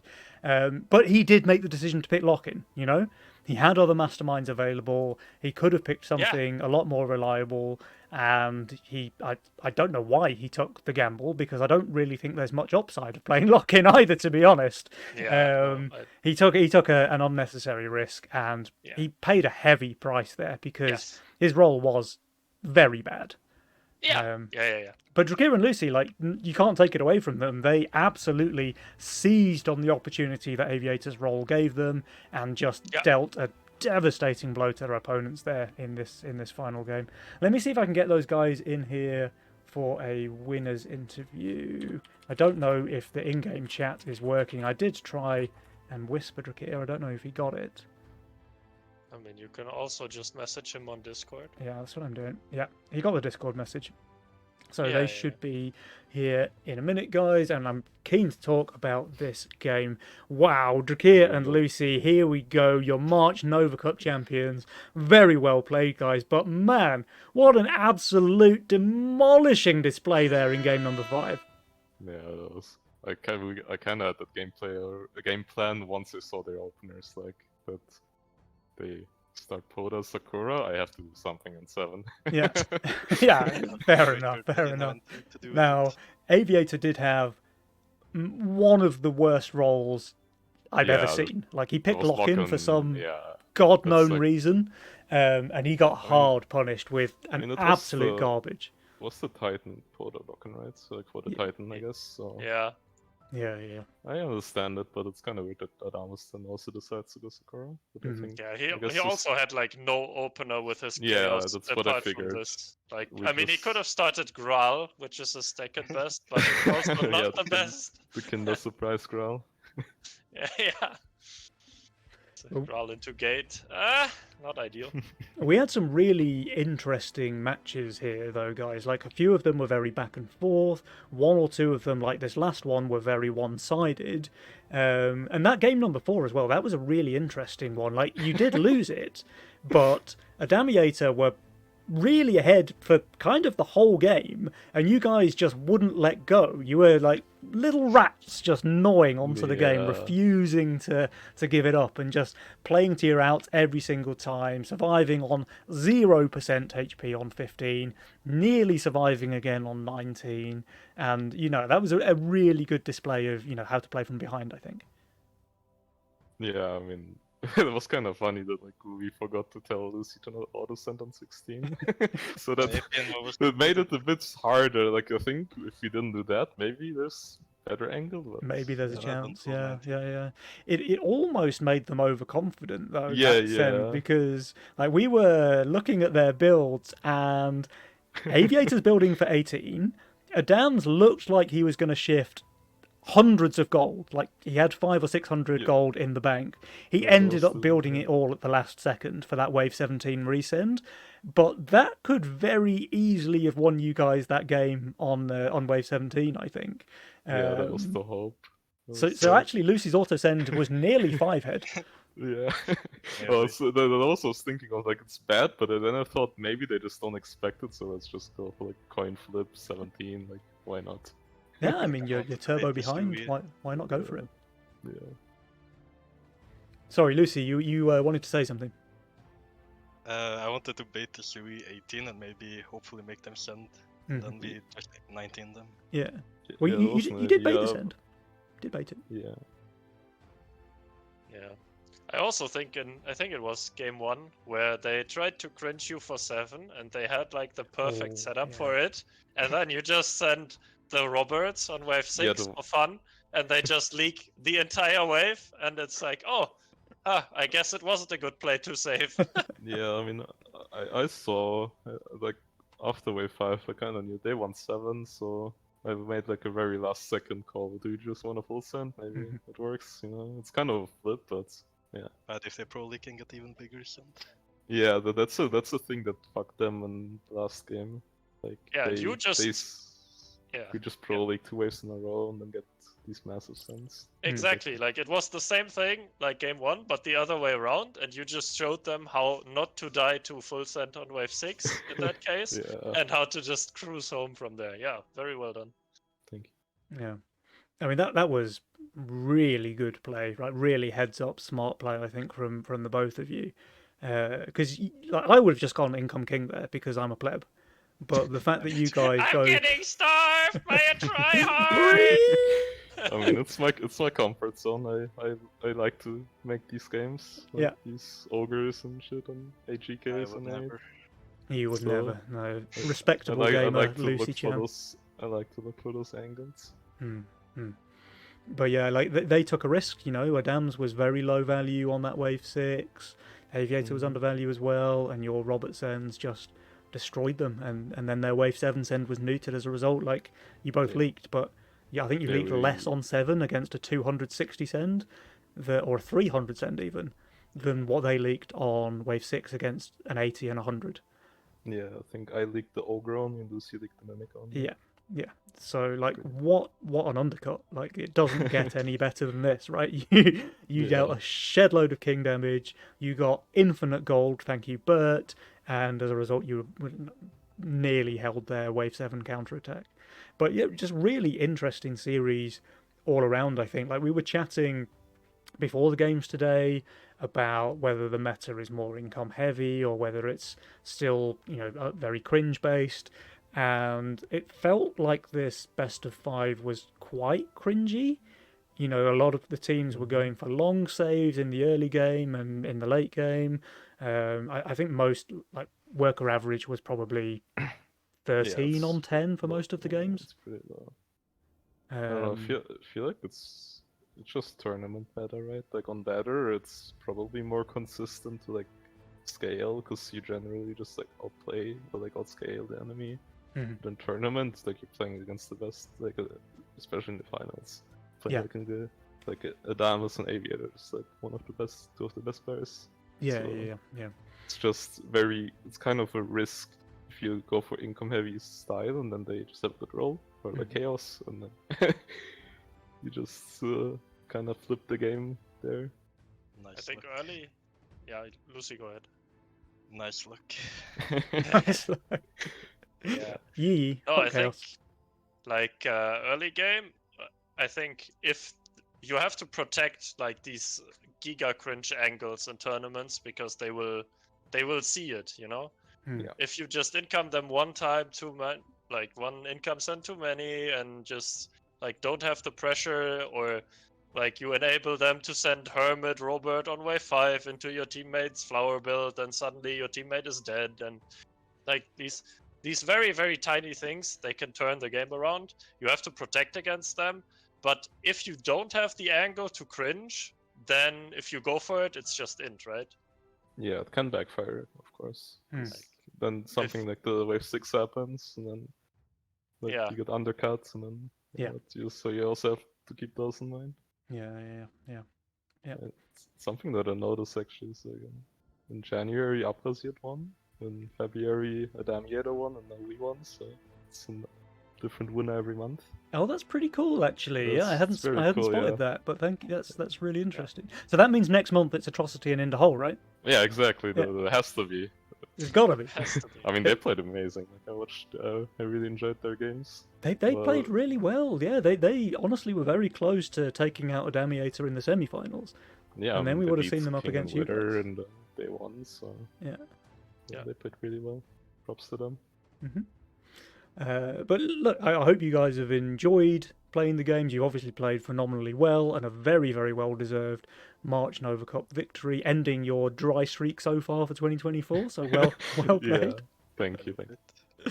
And the games have been really, really interesting. You know, we had a fantastic cast yesterday with the fake one. Massive thanks to him, of course. That was great to have a proper caster joining me. Unfortunately, I've got Julian this time around, so you know we're kind of slumming it today on the finals. But I think we did an okay job. What about you? Oh, really? Okay, yeah. I'm For okay. sure, it was very entertaining. Yeah. I tell you, there were a lot more emotes used compared to Yeah. yesterday. I don't know if that's a good sign or a bad sign, but there were definitely more Penny Shikos on the King compared to yesterday's cast. Yeah, I mean, it's nice to have those guys. But yeah, look, I just want to give all the usual shout outs. So, tournament helpers behind the scenes, making sure everything works. Schnerd had a nightmare yesterday, by the way, guys. Like, feel so the- bad for him. the check-in bot was broken, no idea what went on there, but he had to manually check in all of the different teams, including duos and solo sign-ups, and pair everyone and seed them into the brackets and all of that stuff. It's a lot of work for one person to do manually in like a short space of time. So huge shout out to Schnerd. He's really gone, you know, above and beyond this month. He's done really, really good work there. Auto Attack sponsoring the tournaments, you know, there just wouldn't be these Nova Cups every month with pretty decent prize pool for an indie game, right? Like, without those guys, I think it's amazing that they do that all the time and keep this scene going.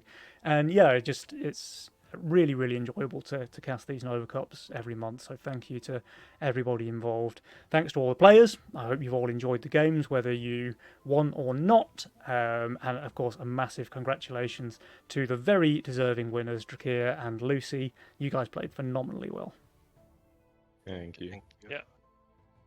But final thing from me would be to thank my beautiful and very, very smart, very clever co-caster today, Burnt Dasprote, PhD.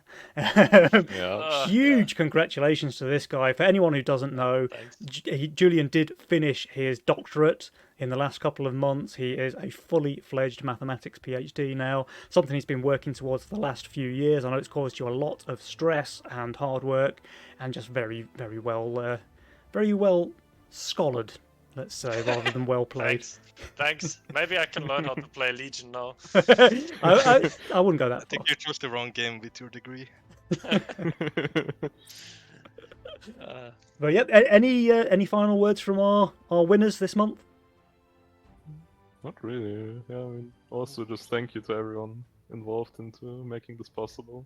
It's always a very fun time to play these tournaments, even if you don't win. Like the last A 2 hard months. time too.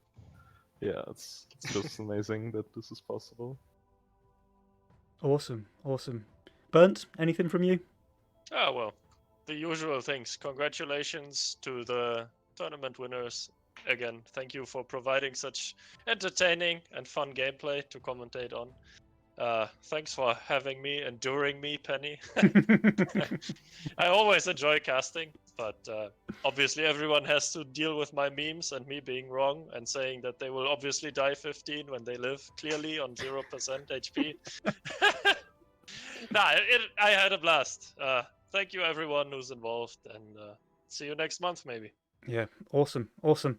All right, guys, on that note, that is all we have time for on the stream, but what a fun COP it has been this month. So make sure, guys, that you're back, because we're going to have another phenomenal Nova COP in April. Dates to be confirmed, but that one is going to be a banger as well, I'm sure.